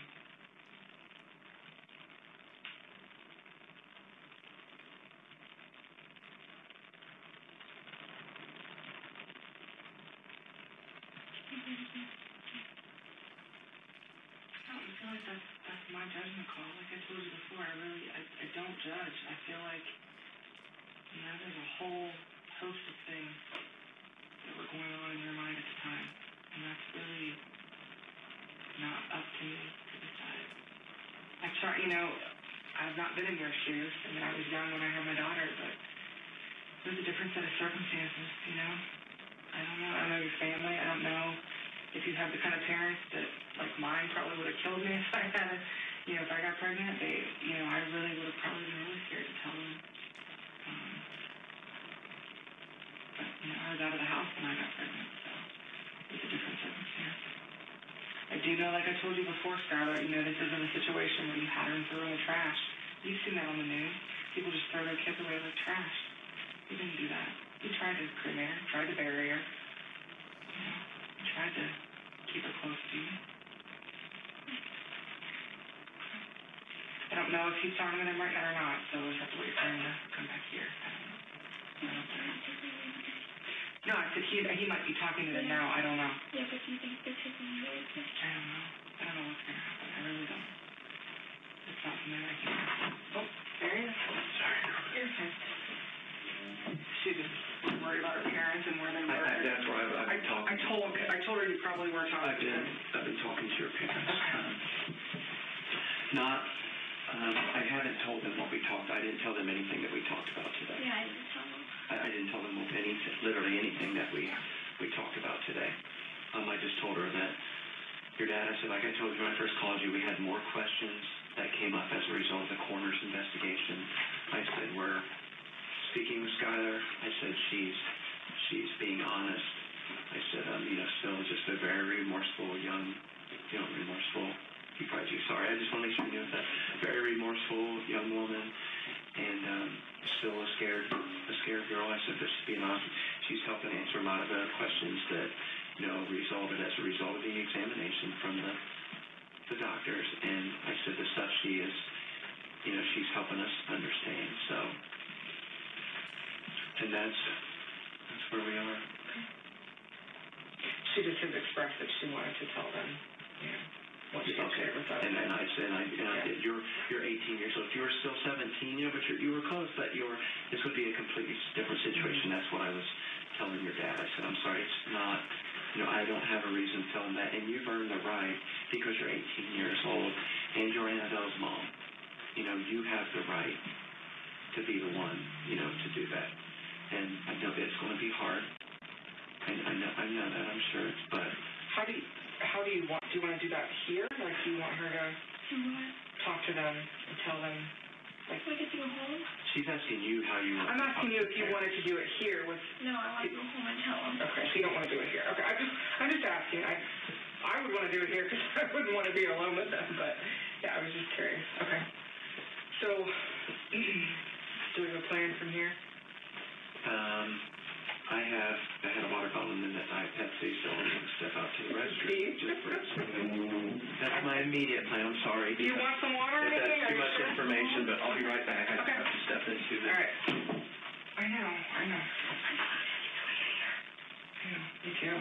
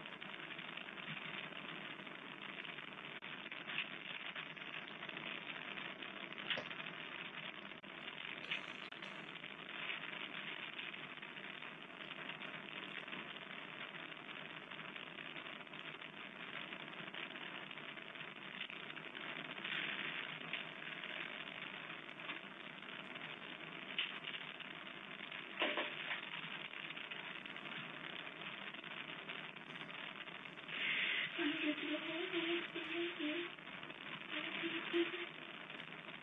won't, prison is like after, like you have to go to court first before you would go to prison. Like, you have to go to court, talk to the judge, and then it has to be able to say you go to prison. Prison's like where you go to serve time if you get time. That's down the road. You'll either go home, you won't stay here because there's nowhere to stay. You might either go home with your parents, or if you go to jail or not, but it wouldn't be, you won't go to prison. I don't know that you'll ever go to prison. It's up to the judge. I think so. Probably. I don't know for what yet, though. That's the thing. Like, those are all decisions that somebody with a law degree makes. But yeah, you'll probably have to go to court. It could be for any number of things, but yeah. But that's your opportunity to talk to the judge like you talked to us, Skylar, and be honest, and you know what I mean? I think that's going to be your biggest thing, is that you want to deal with what's happened. You care about Annabelle.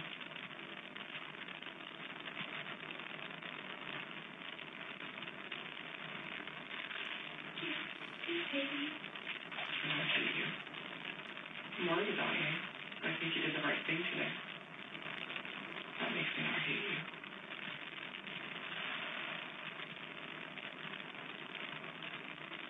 Like I said, you could have thrown in the trash, you could have come in here and lied, you could have said, I don't give a shit about Annabelle. Instead, you came in here, you told us what happened, right? You told us what happened because you care about her.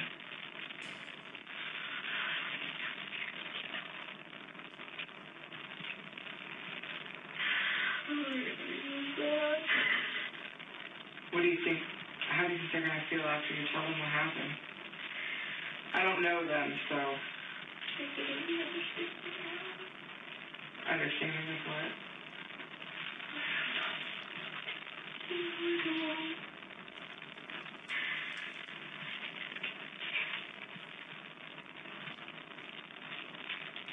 Skylar, you're 18. I wouldn't say never. You've got a whole life in front of you. Like I told you, you don't have a magic wand, I don't have a magic wand. Neither one of us can erase what happened, but you can deal with it, whatever that means. I don't know what that looks like. But you deal with it, whatever that means. You get through it, you learn from it, and then you move on. You have a whole life ahead of you. You're 18. Okay? You have a whole life ahead of you. Someday you'll be old like me at 41, and this will all be behind you. It won't take that long, but I'm just saying. You know? When you're 41? I don't think so.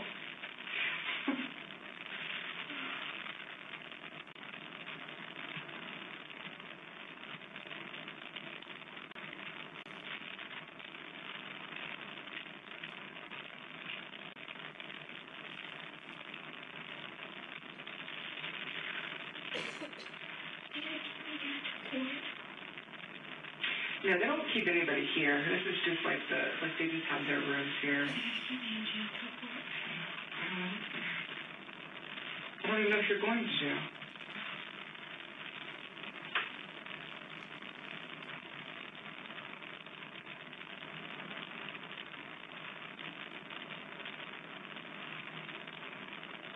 When did you turn 18? March what?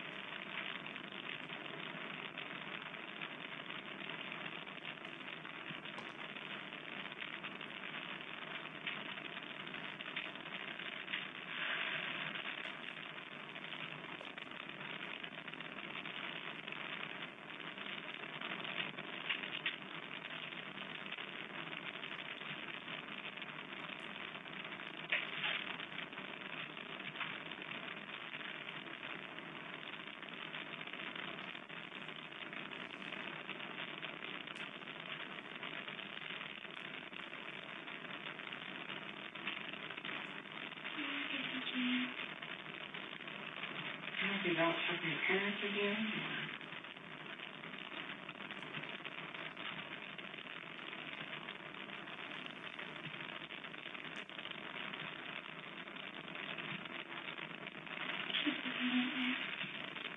I bet you do.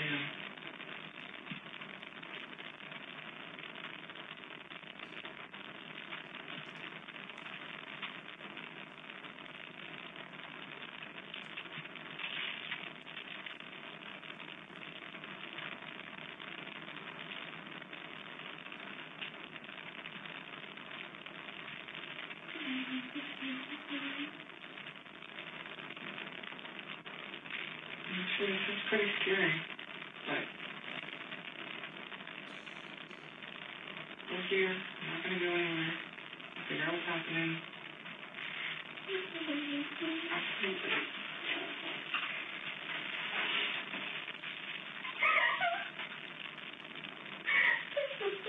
We'll get through it.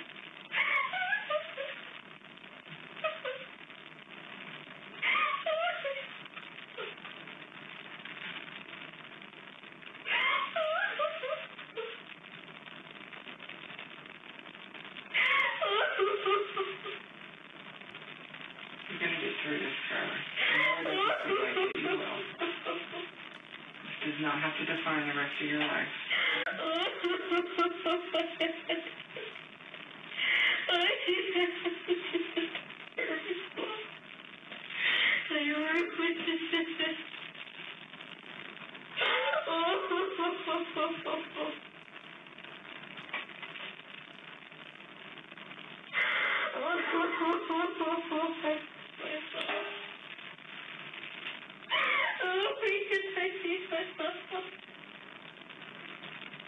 I can't leave this room because I have to stay with you, but as soon as he comes back in, I'm not allowed to leave you here alone, okay? I gotta make sure you're safe.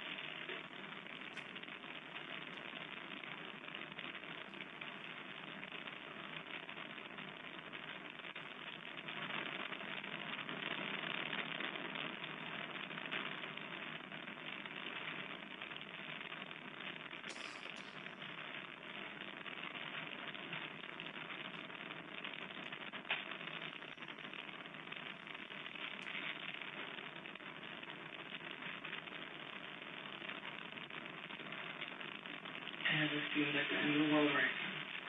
But you just have to just get through it. Face it. Get through it. Okay? You can't change it. You can't fix it. You can't go back and do anything different. You just have to get through it. Okay? How life works. We've all screwed up. We've all done stupid stuff. You just have to work through it. Take whatever consequences there are and just move forward. You're 18. Okay? That's it. Your whole life ahead of you.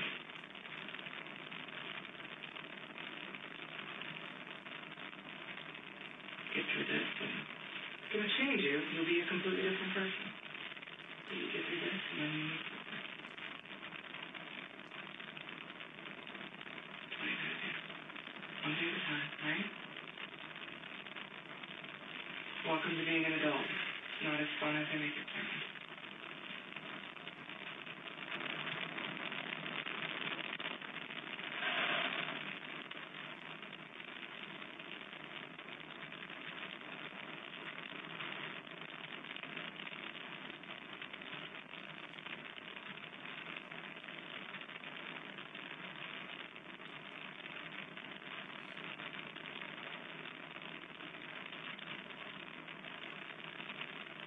What's your mom's name?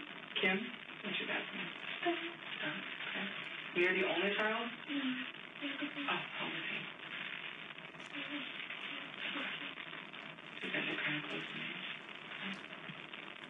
live with you guys?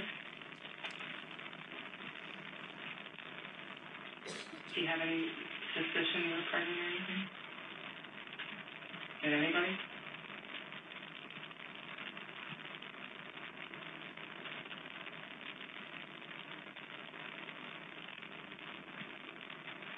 Seems like it would be hard to hide because you're so tiny. Yeah. You just do that anyway. Yeah. Big sweatshirts, hoodies.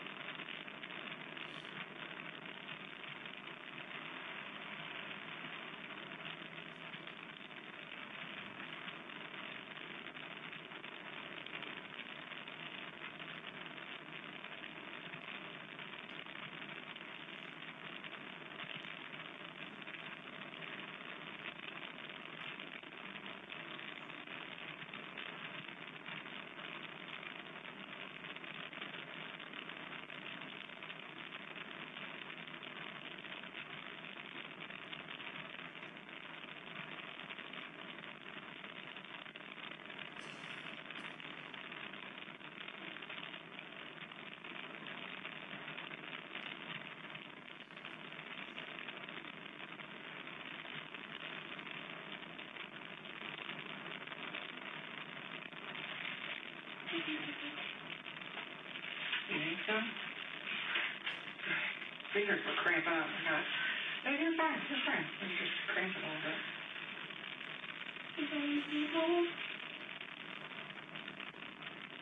That's not our call. We're just waiting to hear what they want us to do.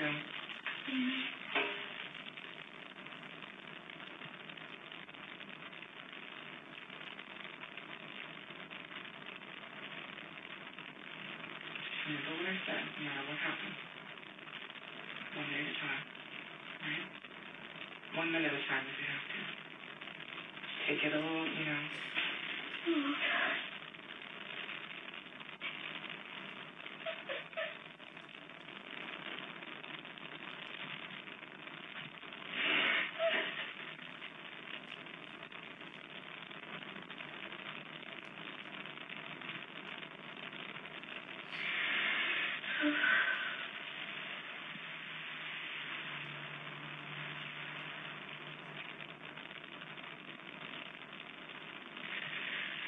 It'll be okay eventually. It'll be okay.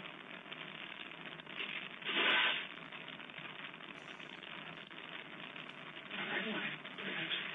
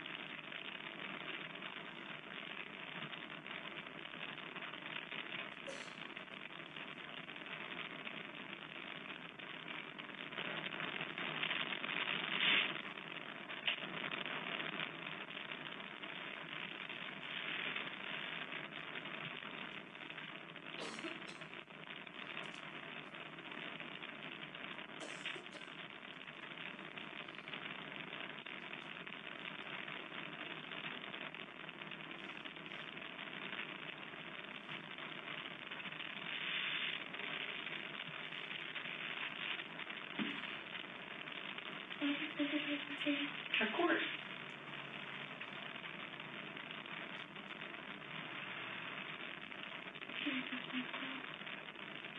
Honestly, Skylar, I do not know. I mean, I honestly don't know until we finish our interviews with people and get them talking and know all the facts.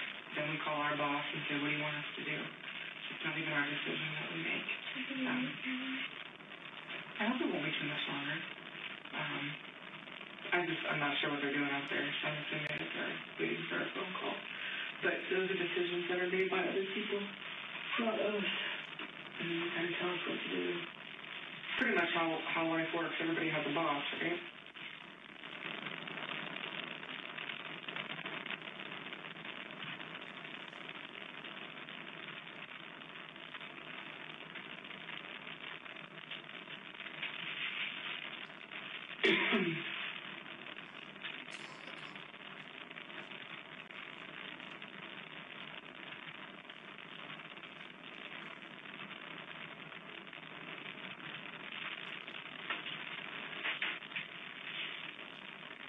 What's the worst thing that's ever happened to you?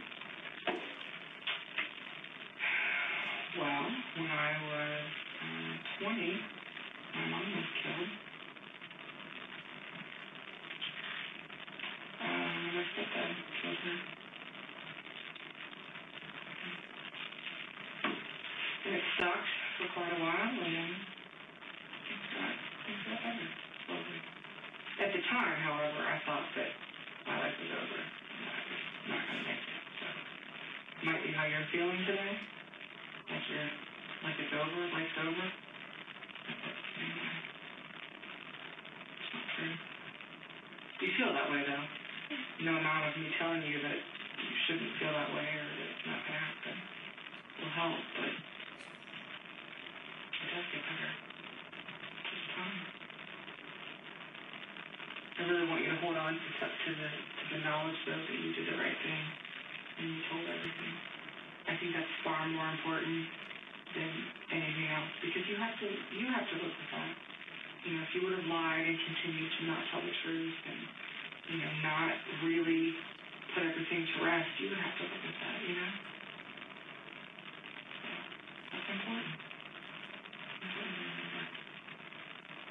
You did the right thing. For Annabelle, ultimately for you, for your family, so that they know what happened. And for you, so you don't have to live with that all by yourself. It's a lot to hold on to with no one else knowing. I think it might have eventually made it really hard. Just keep it all inside. I just couldn't. I love my brother. I won't give in with it. That's all up to a judge. I don't make those decisions either. I'm just happy. Scared. Well, it depends on what you're charged with. I don't know. You see what I'm saying? Like, I don't know what charges there would be and all of that. I mean, Can I be just the wife? I don't know. I don't think so. You can't. Like, your whole life? Like, forever until you die? I don't think so. Seems really unlikely. But none of that is up to me. That's all up to a judge. But you'll have an opportunity to talk to. So the person that makes those decisions, Skylar, you'll have a chance to talk to.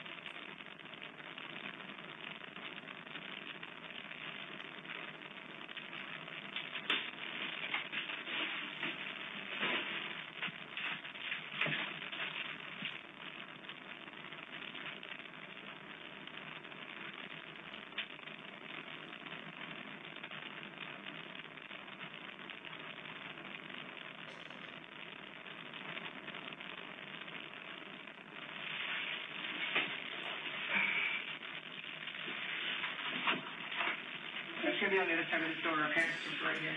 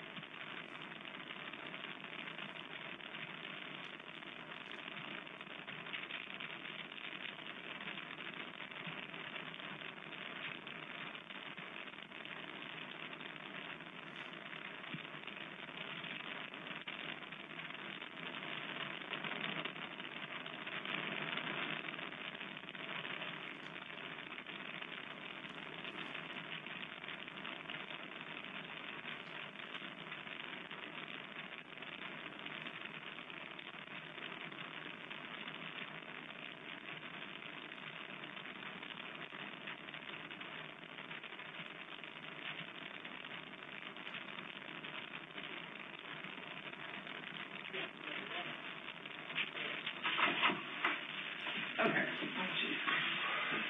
So, here's the deal. I think you already know that you're not going home. We just got the answer. So, my question for you is, you've been so cooperative with us, we want to extend you every courtesy. Do you want to talk to your parents here before you go? Do you want to do that, or do you just want to wait and talk to them later? It's totally up to you. I know that's up to a judge. Like I told you, I'm not BSing you. All of these decisions from here on out are up to a judge.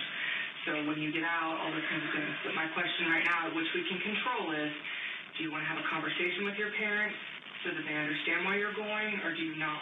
It's up to you. You're 18. You can do whatever you want to do. Do you want to talk to them here?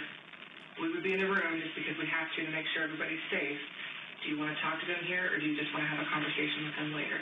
That is up to you. No one's judging you, whatever you decide to do.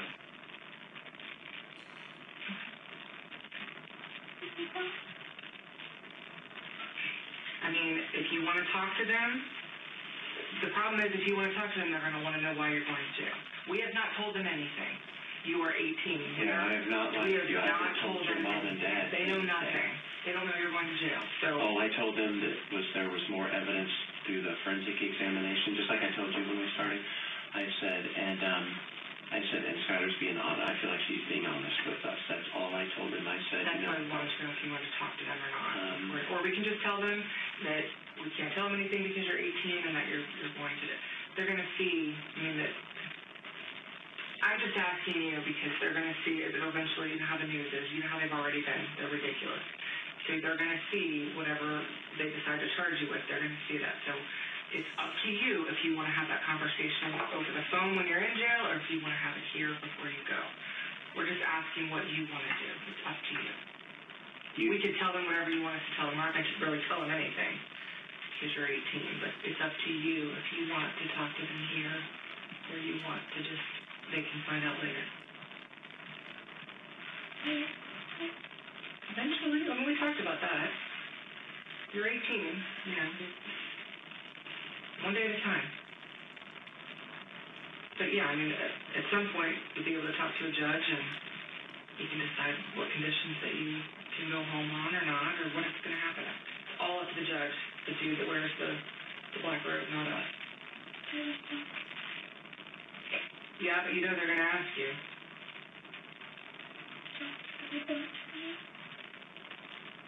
That's part of it. But you know, we can't speculate what it'll be like. You may be here, and they asking you, but you could say, this is up to you. You could say, I don't want to talk about it. I wanted to see you before they took me. Or, that's... You can tell them as little or as much. You're 18, so you can say, I'm done, I don't want to talk anymore, I just wanted to say goodbye, and then we'll make them leave if you want. What would be that trial? That's all down the road. Oh, yeah, you're thinking so far ahead, That's way down. Would it be in prison or No, it's would it be in jail or No, what's going to happen is you'll see a judge in a couple days, okay? What is today? Today's Thursday. She will see a judge at Franklin Court tomorrow, probably, because they have Friday. Yes. You will see a judge tomorrow. So you'll be able to talk-ish to a judge tomorrow. He'll decide if you're going to stay in jail or not. And then there'll be a series of court things that happen after that, okay? It's not all immediate, but it's always up to the judge when you're going to get out of jail, okay? But you will talk to a judge tomorrow, okay? You want to say goodbye? Okay, where are they at? I'll just get them. You're going to put it. All right.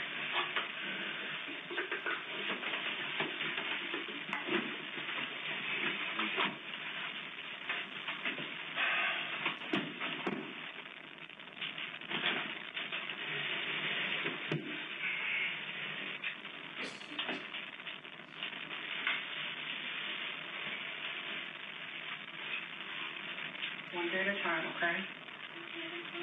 One day at a time. Waiting for you think the judge would be nice? Judges are usually just pretty, especially the first time you talk to him, it's really going to be very, his job is to make sure, these are what your charges are, do you understand those? That's going to be his role, and then, figuring out what to do from there. So it's not going to be a long thing tomorrow. It'll be pretty quick. And then the hearings after that, once you get an attorney and, all the court system, whatever happens, then things will be a little bit different. So it's a whole process that happens.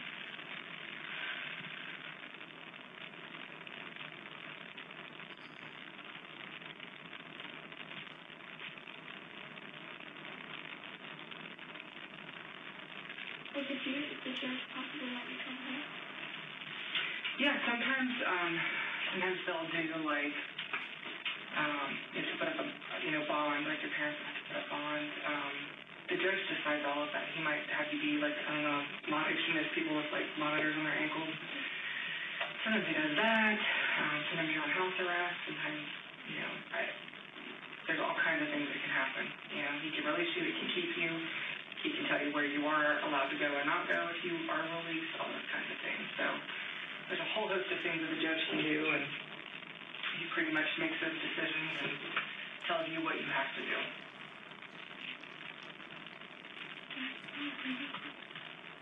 They're jail clothes. They're not prison. They're just like scrubs. You've seen scrubs before? Yeah, they're just scrubs, different colored scrubs. They'll do all that when you get there. Do you have anything in your pockets that you want your parents to take, anything at all? Jewelry that you want them to take? No, they'll make you take all your jewelry off. So if you don't want to take it in there, you want to give it to your parents, I would do that. Just because that looks like nice, real gold stuff. So give them any jewelry you have, because they're going to take your property and put it in a bag and put it in a locker, but I just wouldn't want anything that meant a lot to me to go there.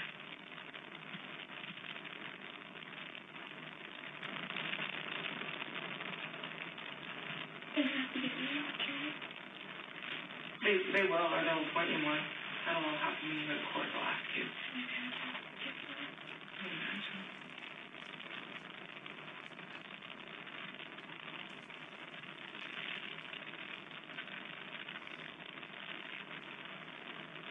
But just give them any jewelry they can have so that you don't have to worry about it.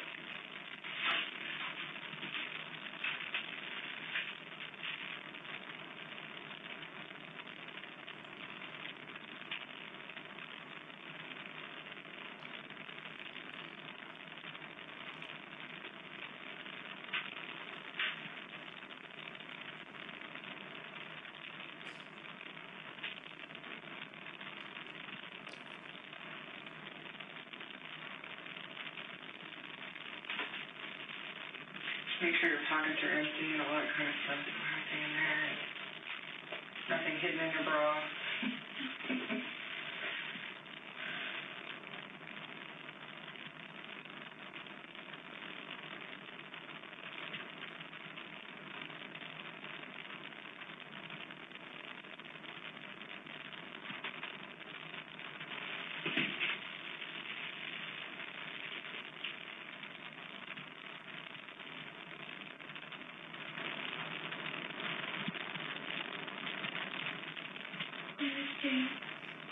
It's in Lebanon. You ever been to juvenile court or, like, get fingerprinted or anything like that? Did you get fingerprinted to work at the Y? Okay. It's just down in Lebanon, like, where all the government buildings are. So you have to get a passport? Okay. So you did the building where you got your passport, right? On the opposite side of the street, kind of behind the small building is where the jail is.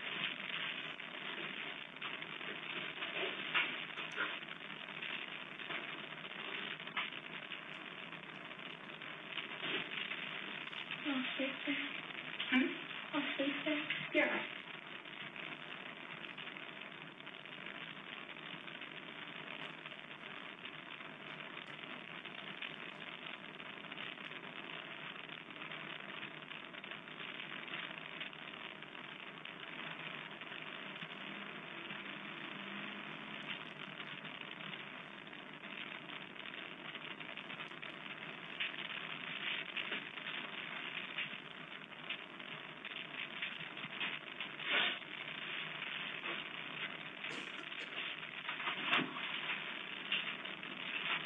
Do you want any water? I'm just going to grab some. You sure you don't want any? No, I can't.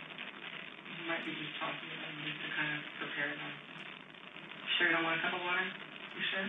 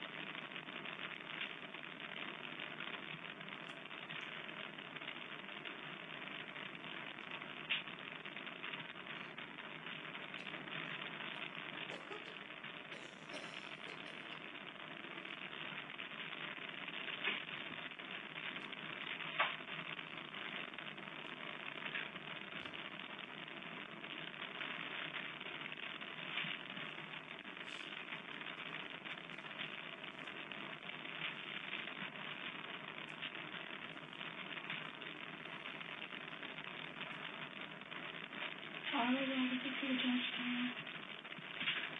I honestly cannot remember. Every court has different times that they do video arraignments, and I can't remember what time Franklin courts are tomorrow. I know some of them are at like 11 a.m. So what will happen is you'll either be on a video monitor, like a TV monitor, where you'll talk to the judge, or they'll take you up there to actually go to court. And I don't know which one it is, because I hardly ever come to Franklin court. I can't remember, but one of the two will happen. Either take you up in a bus, or you'll see him on a video monitor sometime tomorrow. I just can't remember what time theirs are.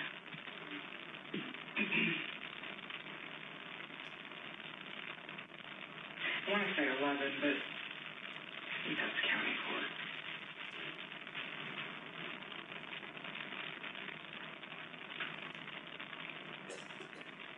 If I do end up having to stay in jail, I can have visitors. Yeah, they have, you can make phone calls, you can have visitors. There's specific days and times that people can come visit you, and they have to be like on, you have to know, like, they have to check them out, make sure, whatever. But yeah, you can have visitors, you can use a phone. They have like a phone system you can set up, that your parents can set up, and all that. So you won't just like be there, without being able to talk to anybody.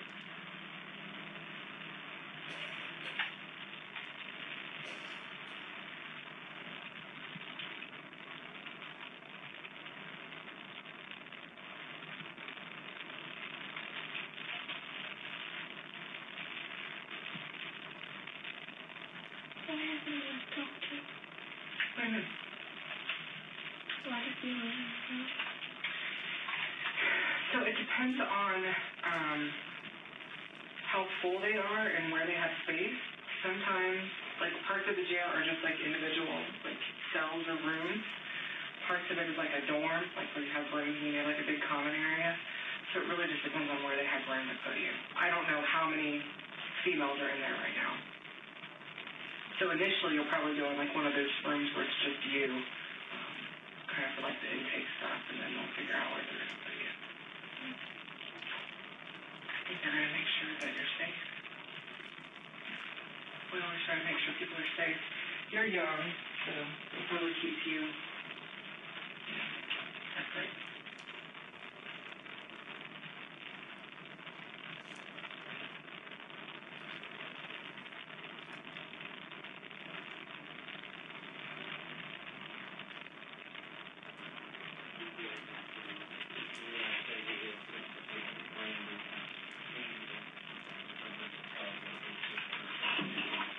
That's a detective from my department, Brandy, who's been here with me today. She is in here with us.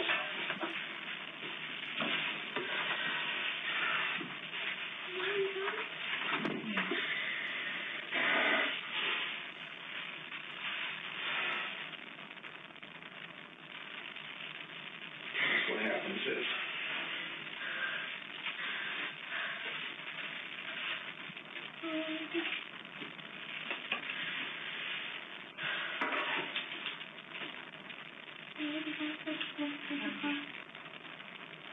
You take my jewelry from me? Okay. You're very late on the phone. Trying to tell us what's going on. He says you have to tell us. You're 18. You can't tell us. I tried to cremate the baby just a little. You tried to cremate the baby? Yeah, and then I didn't. What's the date, Mr. Richardson? Well, not really.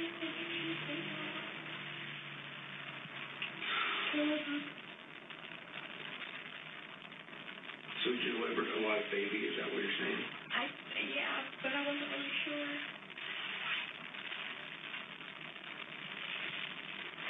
I didn't think she was. I didn't think she had a heartbeat. She still loves me. We still love you, but this is a horrible mess. Yeah. Okay. I love you. Everything I love him. Daddy, I love him. He's the best buddy ever. So great as a brother. I'm going to be.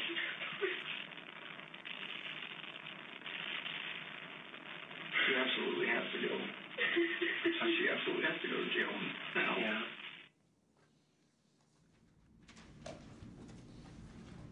You may continue.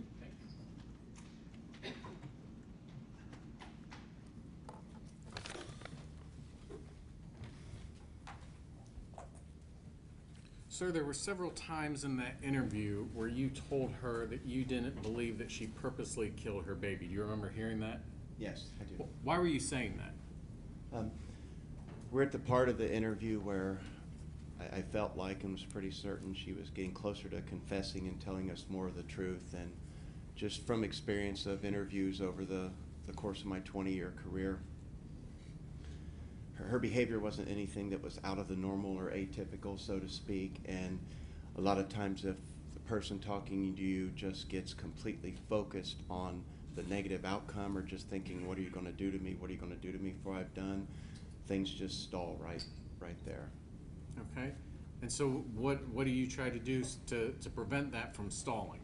Just redirect her, and instead of dwelling on the consequences, just to be honest, just to try to get to the truth and go ahead and not focus on what the possible outcome is, because none of us even know what that outcome could be, but just getting her to be comfortable enough to tell the truth. Okay.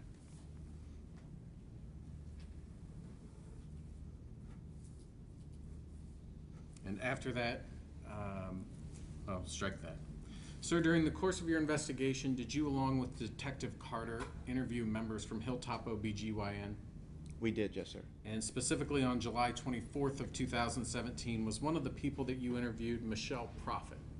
Yes, she was. What is Ms. Prophet's relationship to the defendant, Ms. Richardson? I believe she was her aunt. She identified herself as Skylar's aunt. And what is Ms. Prophet's position there at Hilltop OBGYN? I think she was the office manager in the office there.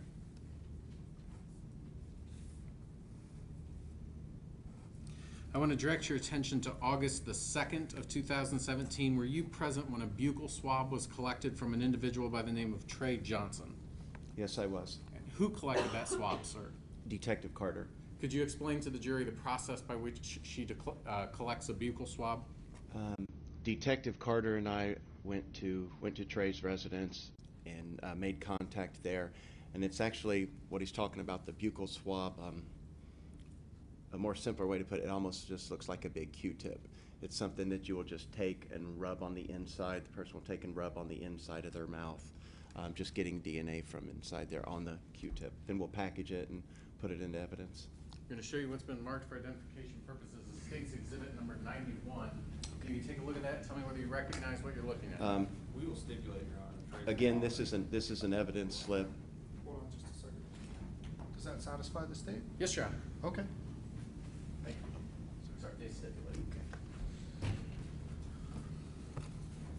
I don't have any further questions. Thank you, Your Honor. Mr. Rickers, you may inquire.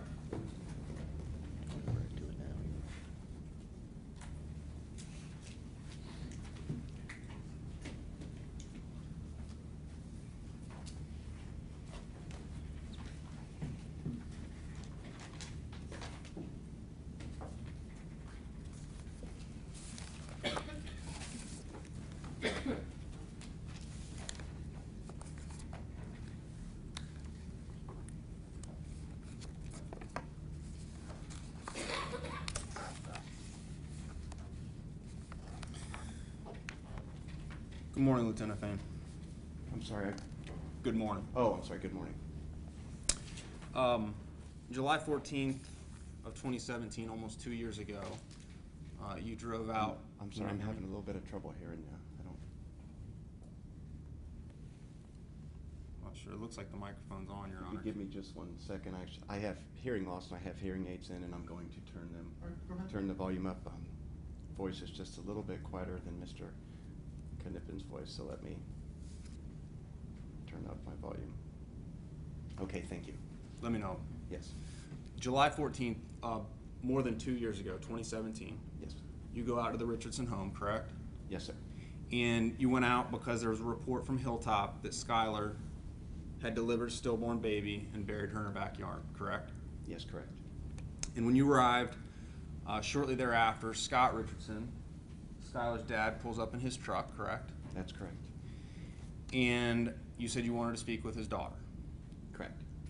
And he says she's at her grandmother's house, but I can get her here very soon, correct? Yes. And she arrives within minutes. Yes. And you told Scott that she was not in trouble, correct? I told Skylar she was not in trouble. Scott. You told Scott. Oh, Scott that I was not in trouble. I don't recall saying she was not in trouble. I just recall telling him we had a report and I needed to ask her questions about it, that she would be the one either to corroborate it or basically tell us it wasn't true. So Skylar rides with her dad in his truck to the Carlisle police station, correct? Yes, correct. And in that 6x8 windowless room, Skylar details for the first time what happened in the early morning hours of May 7th to you and Officer Gee, correct? Correct. And she has no lawyer present, correct? Correct. Skylar told you that Annabelle had no heartbeat, correct? Yes. She was not moving. Correct. She was not breathing. Correct. She told you she delivered a dead baby, correct? Correct. And you did not write a police report in this case, correct? Correct, I did not. But you are familiar with Detective Carter's report, correct? Yes. And you reviewed that. Yes, I'm not sure if I was the one that signed on that or not, because I haven't seen it. Like you said, it's been a couple years, but most likely I would have been the one to sign it off. And it's about a 10-page, I can show it to you if you'd like to see it, but it's about a 10-page a single-spaced report from the lead detective, Detective Carter, correct? That sounds correct. Okay. And it's important in a police report to be objective. You'd agree with that, correct? Yes. And it's important because judges rely on police reports on occasion, correct? Yes. Prosecutors rely on it, Correct. and defense lawyers rely on it. Correct. And what that means is that it's important to put both sides of the story in the report, not just one side. Is that correct? What do you mean by both sides? Well, when I say you agree that you should be objective, right? Yes, we should just be reporting what the facts that we're ascertaining from the investigation, yes. And if new facts arrive later, you can always supplement your report, right? Yes. And you're trained to do that if new important facts arrive Correct. later. Yes, when needed, yes. And in fact, in this case, Detective Carter had numerous different dates in her report, even all the way into August, correct? Correct. Here, I'm going to object to the line of questioning. Can we approach? You may.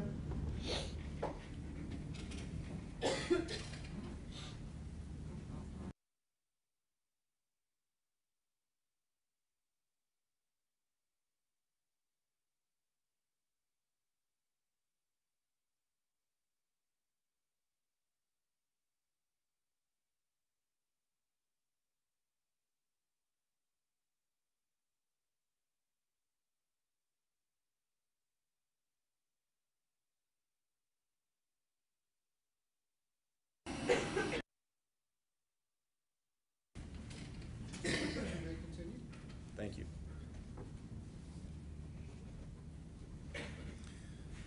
So any important information that you find during the investigation should go in the police report, correct? Yes. And you have reviewed Detective Carter's report, correct? Yes. You might have even signed off on it, correct? Yes, possibly. It would have been a long time, probably 2 years ago, but yes. All right. And she didn't put in her report anything about Skylar being confused about this conversation about burning, correct? I'm not familiar, or I don't recall. Like I said, it's been over 2 years since I've seen that. If That is possible, but without a copy of the report, I wouldn't know.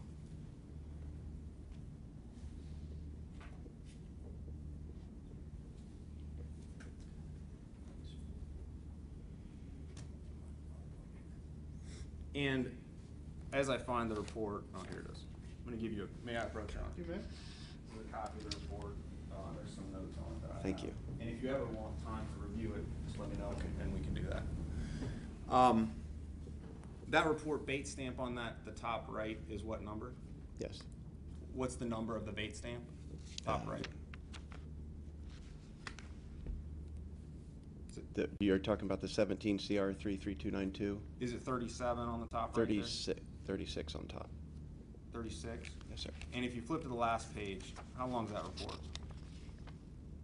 46. So it's a 10-page single-spaced report, correct? Correct. Okay. In the report, there's nothing in there about Skylar denying burning 17 times, correct? I'm sorry, what was the quantity? How many times? That she denied burning at all. Oh. And when you ask that question, I assume, are you referring to the interview on the 20th? I'm referring to the report. If there's anything in the report that the detective gave the defense, the prosecutor's office, the judge in this case, as to Skylar saying there was no burning. Would you like me to read that too? I feel like I will probably have to read it to answer that question. If you may have. Why don't we do this? Why don't you go ahead and review that for a second? Mr. Mullins, Ms. Yezo, I neglected after the statement to go ahead and collect the transcripts. Why don't you do that while Mr. Fain has the opportunity to read that over? I'll try to be brief.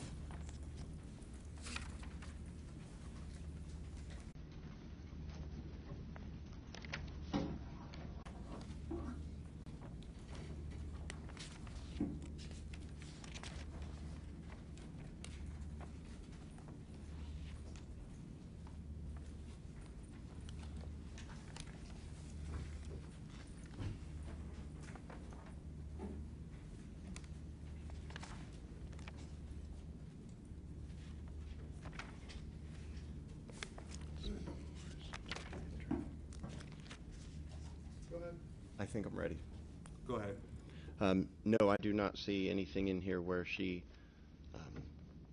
wrote or detailed Skylar denying burning the baby. But what she did write in her report is that ultimately, and I'm on page 38 if you look at the top number. Thank you. Third paragraph, Thank you. middle. Ultimately admitted, she did say at first denied, but didn't say 17 times. Ultimately admitted that she tried to cremate her and that she took her outside, dug the hole, and then used a long lighter at her feet to burn her. Then when the flames reached chest level, she realized it was wrong and put out the fire. That's what she put in her report, correct? Correct. And she also put in her report that an anthropologist, and I'm back on page 37 at the bottom, relayed to you through Coroner Updegrove that Dr. Murray, the anthropologist, advised that the remains of the infant had been burned, correct? Yes, sir. Okay.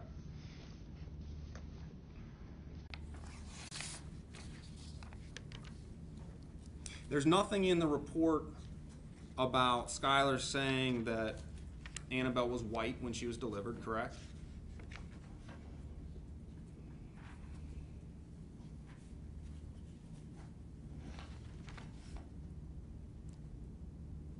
Not that I see here, no. Nothing about, nothing in the report that Skylar said she had no heartbeat, correct?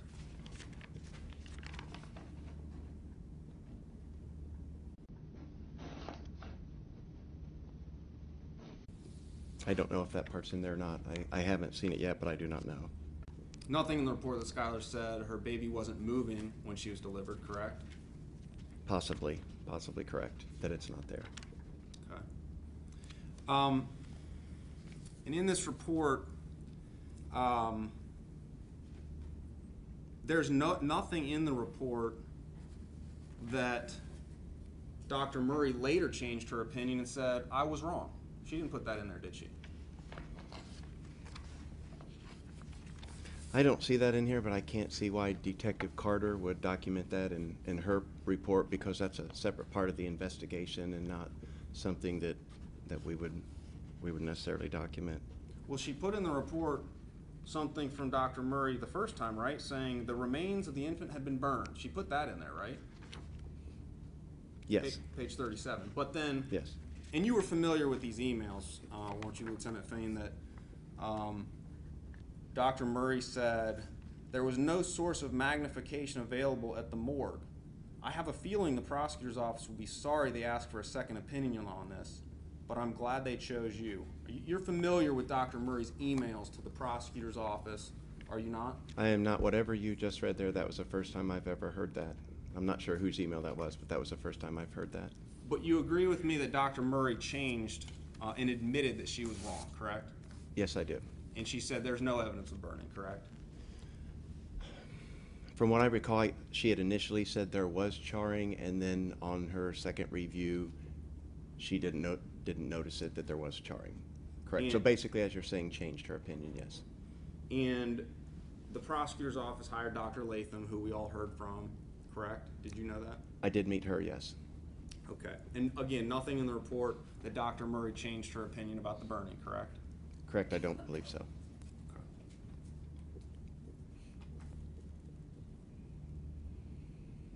There was hair found, right? When you dug up Annabelle, you found some hair, correct?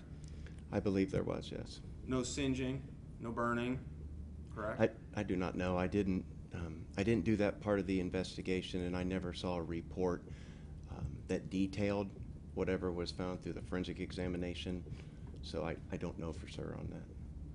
There was no evidence of any fire around the gravesite, correct? You were out there. Again, I didn't see their report, but based on my initial observation, I'm not an expert in that. Everything was kind of black and decayed there, so I can't say that that was fire. I can't say that it wasn't. I'm not trained in that. Well, you're familiar with 3 different samples you sent off to the state fire marshal, are you not? Yes. You did send samples from the gravesite off to the Samples fire. were sent, yes. And the fire marshal said no ignitable liquid was detected in exhibits 1, 2, and 3, correct? Yeah, I think I might be able to help this along some. I think where you might misunderstand is a lot of this stuff, most of this stuff I wasn't doing. Like the forensic stuff I was doing. The case was assigned to Detective Carter. So my primary responsibilities in the criminal investigation section as the lieutenant are running the section. And again, like I had said the other day, the reason I became initially involved in the interviews is I didn't have any detectives available at the time. So some of these answers, as far as I'm not sure which detective or if it would have been a member of our crime scene unit who actually, you know, when the samples were sent off to the fire marshal. Some of this stuff I won't be familiar with just because it wouldn't have been my responsibility. So it's certainly not one to answer your question, but just some of it I wasn't a part of. Okay. After the first interrogation on July 14th, Yes, sir. the sheriff's department gave a press release at 8 p.m. that night. Although the remains have not yet been identified, initial reports have led investigators to believe they are that of a stillborn baby. You're familiar with that, correct? Yes. And everything changes. There were no arrests, correct? Correct. No charges. No charges, no arrest. And Dr. Boyce, she told you that Skylar told her she had a stillborn as well, correct? Yes. And Dr. Boyce believed her? Did Dr. Boyce believe her? Yes. I'm not certain if she did. Ladies and gentlemen, as I told you earlier, sometimes I allow witnesses to answer questions that are used by you, the answers at least, to explain why they did the things that they did, or so that you can evaluate the credibility of the witnesses. But if something is outside of the factual knowledge of this witness, then you are to disregard it as you will with that answer. So, Mr. Rickers, if you could please confine your inquiry to those parameters. Yes, Your Honor. So back on July 20th, this is 6 days after the first interrogation, you and Detective Carter schedule another interrogation with Skylar, correct? Yes. Now at the time, you believe Dr. Murray, the information she provided to you that the bones had been charred, right? Correct. And at the time, you did not know that many weeks later she would change that opinion, correct? Correct. So after you get that information from Dr. Murray that later turned out to be false, you send a new team back to the Richardson household, correct? We did go back to the house, yes. But I want to correct you there where you say, I don't know if you're wanting me to agree that the information turned out to be false. There's no evidence that the information turned out to be false. She did change her story. I just want to make sure you weren't wanting me to agree that the information was now false, that there was a fire. What I'm referring to on being false is Dr. Murray said I was wrong. Correct. I rushed Dr. to Murray judgment, changed her opinion, yes, sir. and she said there is no evidence of burning. You're familiar with that, right? Yes, that she saw no evidence, yes. Yeah, and no one in this case has seen any evidence of burning. Do you know that? I'm sorry? Every doctor that has testified in this case and will testify agrees there's no evidence of burning, correct? Correct, but they will also agree that that doesn't have anything to do with whether or not there was a fire, that there would be a fire. There could still be a fire without evidence of burning, well, according to Dr. Sims at least. I guess anything's possible, isn't it? Yes, yeah, well, yes, sir. And if you really thought, well, so on the second visit to the Richardson home, Yes, sir. You visit the gravesite again, correct? Your team. The team did, yes, sir.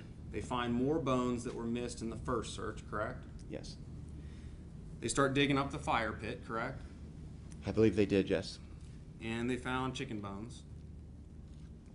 I know they found bones that were not of a human origin. I don't know that they were chicken, but I will take your word on that.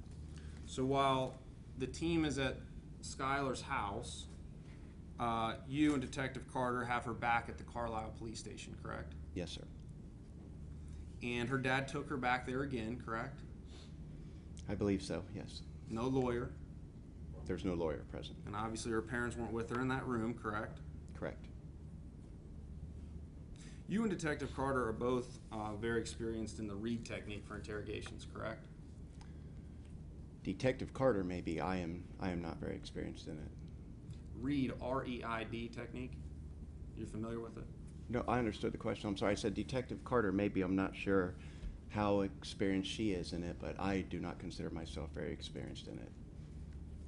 When you're back there on July 20th, you're there because you want to get statements from Skylar about burning and statements about a live birth because of this information that Dr. Murray gave you. Is that correct? No.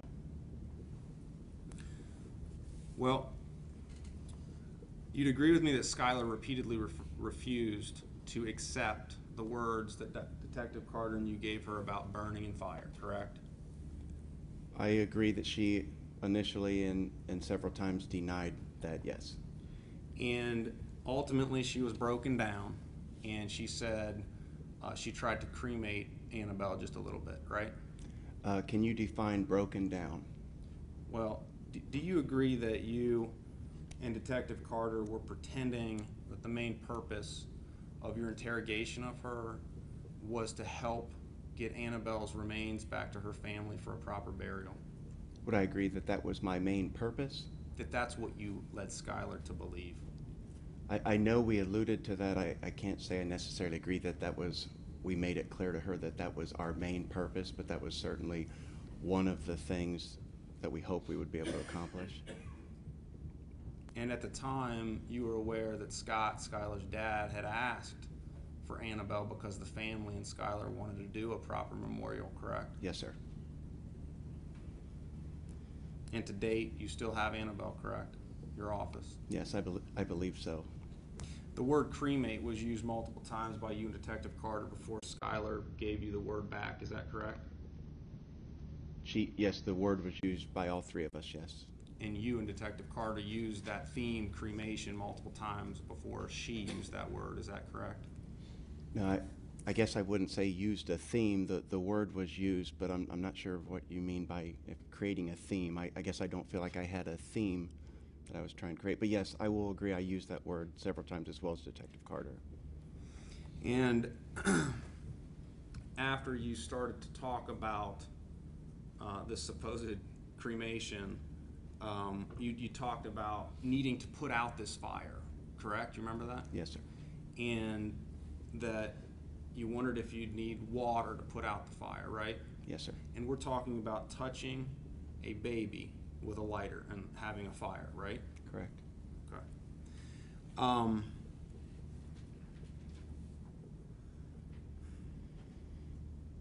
Like the fire, you also, Skylar had repeatedly in the July 14th and in July 20th interview told you that her baby wasn't alive in many different ways, right? On July 14th, yes. And on July 20th. On July 20th, we weren't very far into the interview before she told us, I think I might have killed her. When she cried and she said, I loved her, that is what we're talking about, the confession, when I loved her? No, I'm talking about when she looked at us and said, I think I might have killed her. Because you told her that the doctors knew more than everyone, they'd been poking and sifting her remains, was it after that? No, because she told me she... Overruled. Go ahead and answer. Lieutenant Fain, babies are 80% water, are they not? I do not know the exact percentage, but it sounds accurate. I know at least 75. More than adults. Yes, sir. And you can hold a lighter. I could stand up here in front of this jury and hold a lighter to my hand or my leg. For 2 hours, I wouldn't catch on fire. You'd agree with that, wouldn't you? I believe without some additive or something to accelerant, like an accelerant type, I believe, yes, that's probably correct, unless it was hair. Yeah. And hair was found. There was no burning on the hair. I'll represent that to you. Okay, that's what you'd say to Jess. And again, the fire marshal report, 3 samples sent to them from the gravesite, no accelerant used, or no Correct. accelerant found, right? Yes, sir. And you know what touch DNA is? Yes. Well, basically. And there was a DNA expert that the prosecutor called in here to testify, and she said that she was never sent. I know that you all took pictures of lighter fluid that Scott used for his fire pit out of his house. She said that you never sent her any of the lighter fluid bottles or anything like that for touch DNA. Is that true? Yes.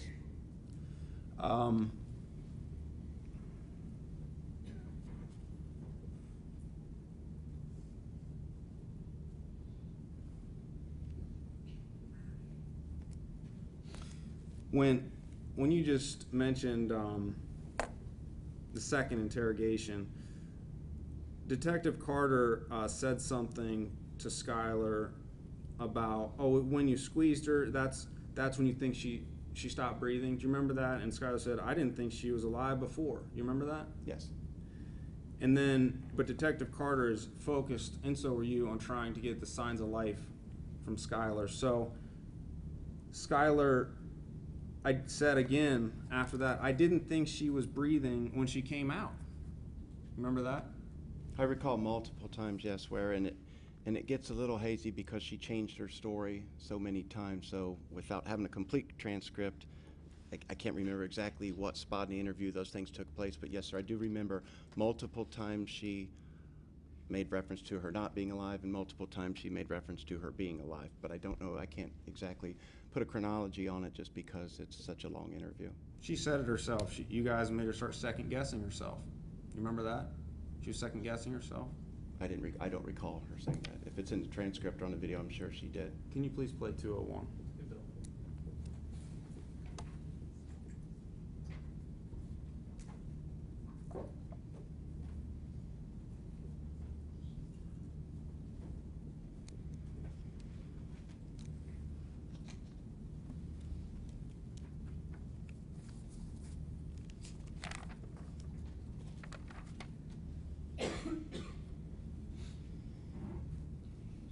The only way you're going to feel like you accidentally did that is if you had some reason to know she was alive before that. You see what The way you were just saying, like, I'm saying? like, anything maybe, I just maybe second guess myself. Do you remember that? I do, yes. Do you remember Skylar saying, I want her to be at rest? Yes. And that she wanted Skylar and she deserved a proper memorial and burial? Yes, sir.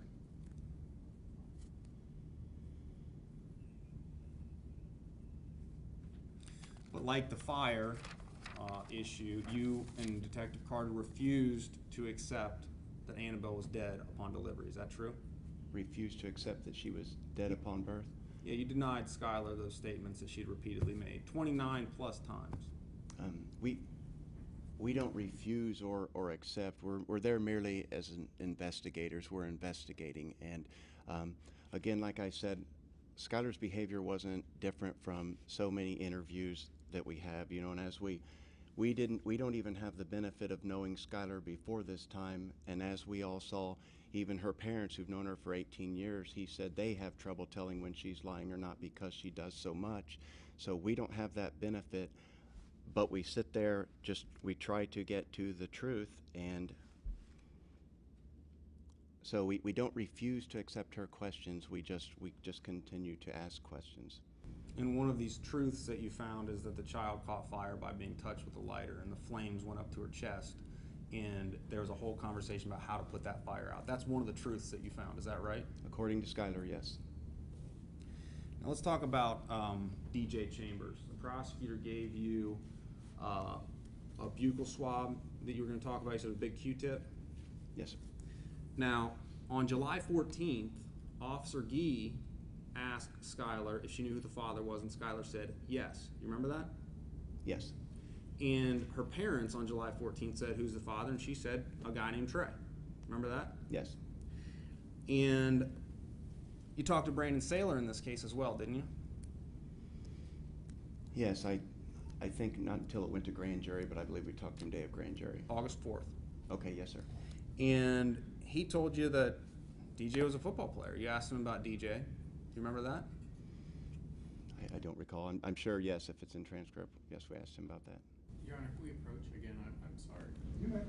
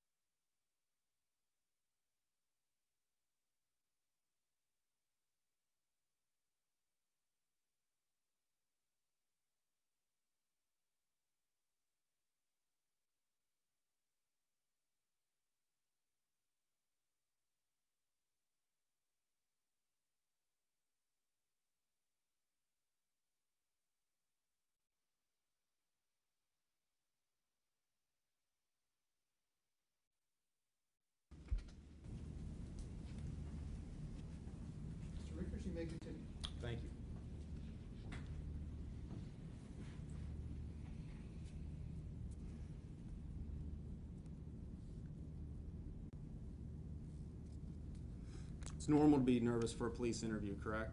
I'm sorry? It is normal to be nervous for a police interview, correct? I would, yes, believe so. And when you interviewed Brandon Saylor, he had an attorney present with him, correct? Correct. And you talked to Brandon about the text message from Skylar to Brandon on May 7th that we've heard a lot about, where she referred to being happy and her belly being back. Do you remember that? Yes. And by the way, she also said that the night was traumatic. She said that, didn't she, in her text? She did say it was traumatic? Yeah. Yes, I believe so, yes. And when you talked to Brandon about it, he told you that, well, you're familiar with his response, right? I'm sorry you had to go through that alone, babe. I'm not. I've not seen even to this, I've not seen a transcript from that interview. And also, prosecutors were conducting that interview primarily. I was there conducting it as well, but for the most part, they were conducting that one. And it's been a long time, and I'm not familiar with what was said in that interview. Well, you remember discussing the text message on May 7th, right? Yes. And you remember this JF, that's you, John Fain, Yes, sir. right? 217, top 217. Okay, I mean, and that sounds completely reasonable. And you know, you're her boyfriend, and you hate it that she's going through that. So it says, me too, babe. And she said, I'm so glad it's over. Me too, babe. This is you. I'm so glad you're done feeling bad, and I'm sorry you had to go through that. And I'm just clarifying again, this is still in your mind right now. This is inaudible. Two mornings after prom, it's just a horrible period or horrible cramping that she had, right? Correct. Okay. And the text message about Skylar's body or putting a smile on for the outside world, that's something that Brandon, Skylar's mom, they got text message about Skylar's body for years, right? Oh, I don't know anything about their text messages between them.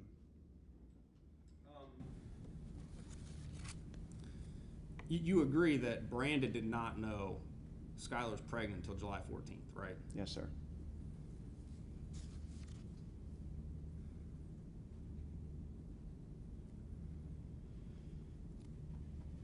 We've heard a lot of testimony about Skylar's bed being moved. And Yes, sir. You talked to Mr. Knippen about that.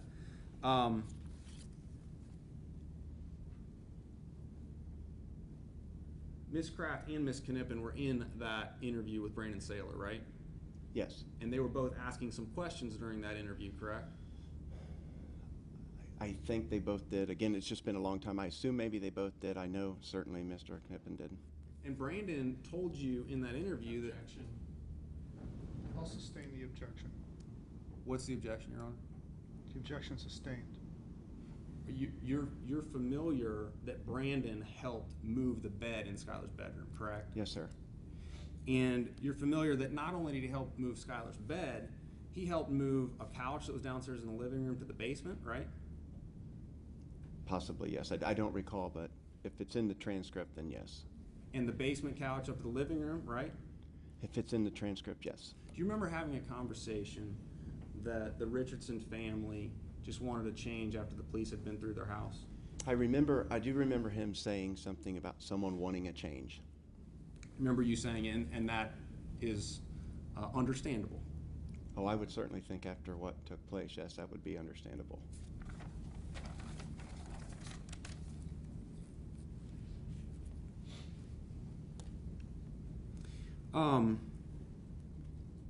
You familiar that Skylar's bed moves around in her room all the time? Am I familiar that she moved her bed all the time? Yeah. No, I'm not. You've seen 3 pictures with it in different spots, correct? I think I've only seen it in 2 different spots. You familiar she has trouble sleeping? Has had trouble sleeping since May? I am not. I want to talk about Blue Star. You know what Blue Star is? I know what it is, yes. I've never been trained on it or used it myself, but I do know what it is, yes. And you've been the lead detective in a number of cases, correct? I've never, my situation's kind of unique. I've never been assigned as a detective in the detective division. A lot of times people during their career, they go into the detective division and subsequently they're promoted and they may go back out to the patrol section and then come back maybe sometime. I was never assigned to the detective section until I came in as a lieutenant. So that is why, like some of that training, like the evidence technician training and the crime scene training, I've never had myself because I was never assigned as a detective. So that's why when you say the Blue Star, like I know what that is, but I've never used it myself or been trained to use it. You were in the bathroom as it was being used in this case, were you not? In the bathroom, not as they Skylar- were actively using it. I was there at the house that night, but I wasn't in the bathroom actively as they're using it. Not when you and the other deputies and Detective Carter were waiting for it to light up? I don't know exactly at what moment. There were several of the officers there. I know I was, there was times I was downstairs speaking with the family. I don't know at exactly what moment I was in the bathroom. Remember detectives laughing about having the Blue Star light up in the bathroom?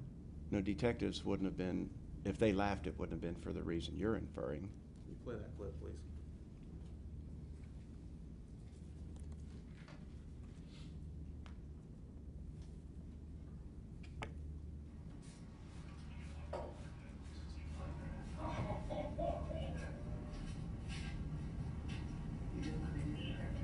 Hang on.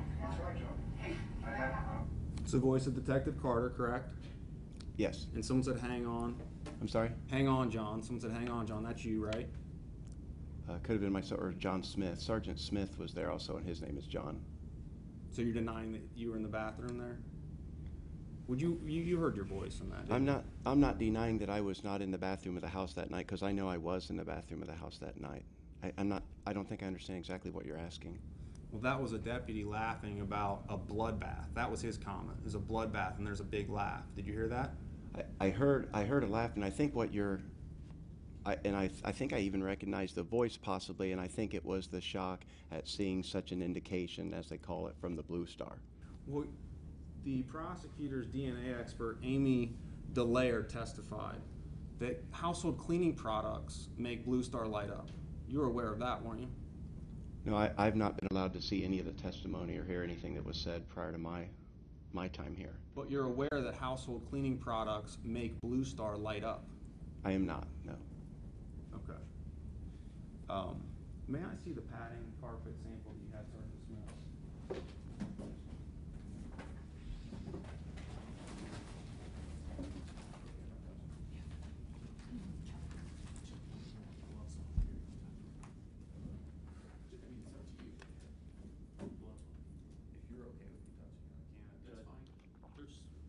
Matter to me. Gloves right there. I'm okay, as long as the court's okay with it. Matter to me. I'm going to represent to you, this is a carpet sample that Sergeant Smith testified to.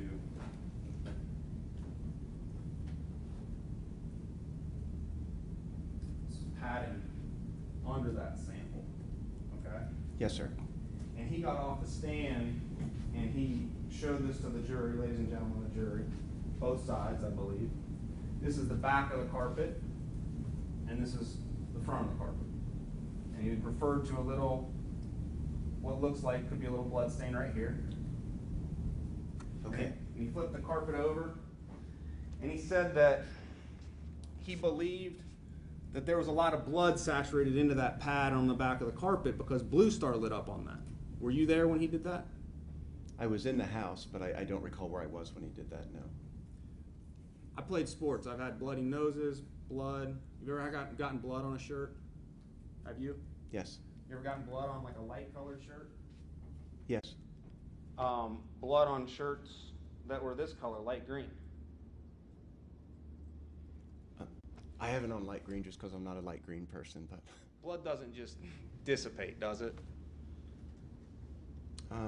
It turns a darker color. After it's been there for a while, it turns, I would like to, a black, darker color.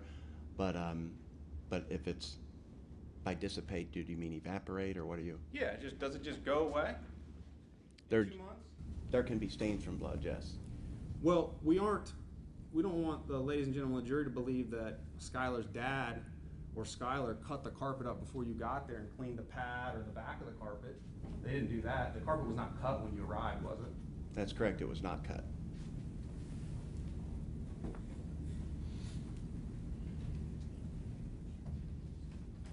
And you were not aware back on July 24th when you were in the home that Blue Star illuminates when household cleaning products or other things come in contact with it, correct? Correct.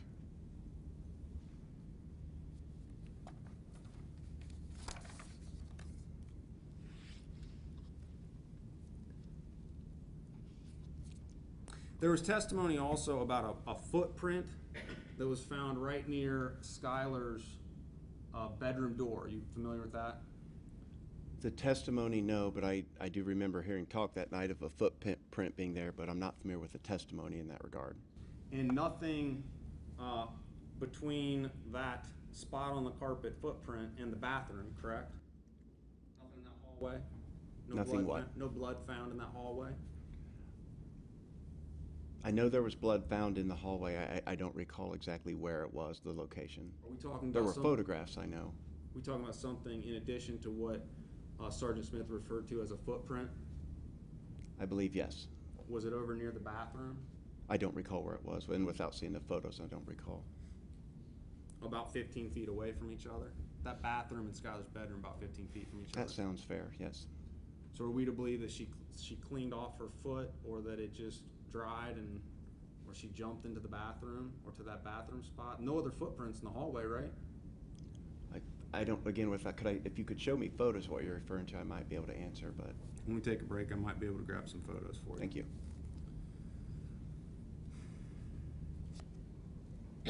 You took DNA swabs on the bathroom wall, correct? I believe they did, yes. And they were negative for blood. Again, I don't know, and I'm sorry, I'm not on the crime scene unit, so when they do that part, I'm not even certified to do that part, so I don't know a lot of these answers, and it's not because I don't want to answer the question, it's just that I don't know those answers. I wasn't participating in those, and so I don't know whether or not there was blood on the Q-tips or the swabs from the wall. I don't know. It's not odd, you'd agree that it's not odd for a woman to bleed after pregnancy, correct? Correct. And there was no Annabelle blood found anywhere in the house, you know that, correct? No what blood? Annabelle's blood was not found anywhere in the house, you know that, correct? I do not know. As you sit here today, you have no information that it was found anywhere in the home. Right, I did not do any of the blood work and do not know the results of the blood work. Did you pull the pharmacy records that indicated that back in April, Skylar had been given a prescription for birth control from Hilltop? No, I did not pull that pharmacy record.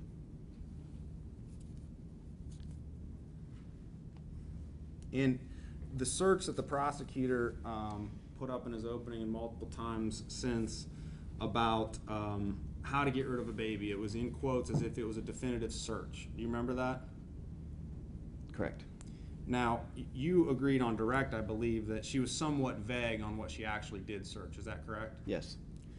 And she wasn't really sure of the language when she was talking to you, right? Correct. She said she didn't act upon it, correct? Yes. She said that she didn't do any further research, correct? Correct. She said she couldn't recall the exact search, right? Yes, sir. And she gave you her phone voluntarily on the 14th of July, 14th, right? yes, she did. You took her computer, right? Yes. iPad, Yes. Kindle. I believe, yes, a Kindle as well. She said, hey, one of the devices I think was dying, had a low battery. She said you can have the phone charger or whatever charger you need, right? Yes. No search that the prosecutor put up about how to get rid of a baby was ever found. Is that correct? Correct. Prosecutor said Skylar never looked for baby clothes or made any inquiries about babies, something to that effect.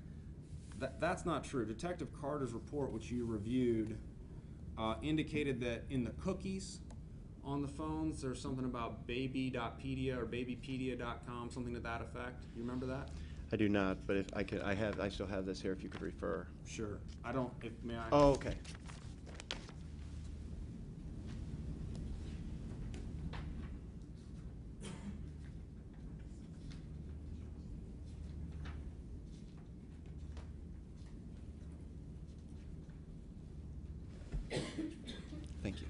For the record, page 40. Some search about on cookies from Babypedia or something like that, right? Yes, it says there are searches for Hilltop, OBGYN, and babypedia.com. Thank you.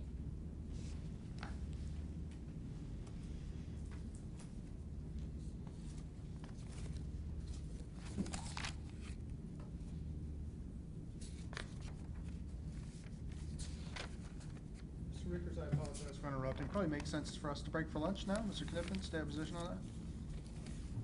Probably depends on, because I don't have a lot of redirect. I don't know how much more Mr. Rickers has. It shouldn't be much longer, but if the court wants to break, Your Honor, on the whole jury. Yeah, let's do that. Ladies and gentlemen, we're going to go ahead and break for lunch at this point. Remember the admonitions that I have previously given you. Do not begin discussing the case amongst yourselves. Do not begin to think about how the case should be decided. Do not do any research or view any media about this. If you, one or two or more of you want to go to lunch together, that's fine. Or if you end up staying in the jury room over the lunch break, that's fine also. Just make sure that you do not discuss the case. Also, you may notice when we return that we may have a little more security than we had when we started today. This has absolutely nothing to do with the evidence and is not anything that you need to consider as part of your deliberations. It doesn't have anything to do with the participants in the trial. This is on me because I am exhausting my patience with folks in the gallery that do not seem to conduct themselves in a manner that is consistent with the dignity of these proceedings. Mr. Mullins, you can take the jury out.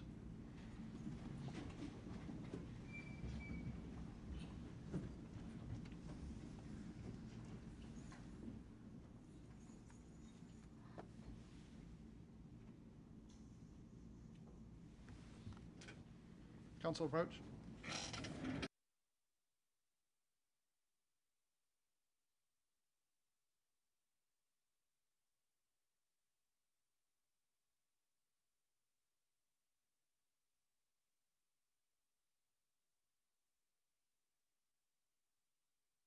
You can be seated. Let's plan on being back here at 1:40, and we will resume then. We're in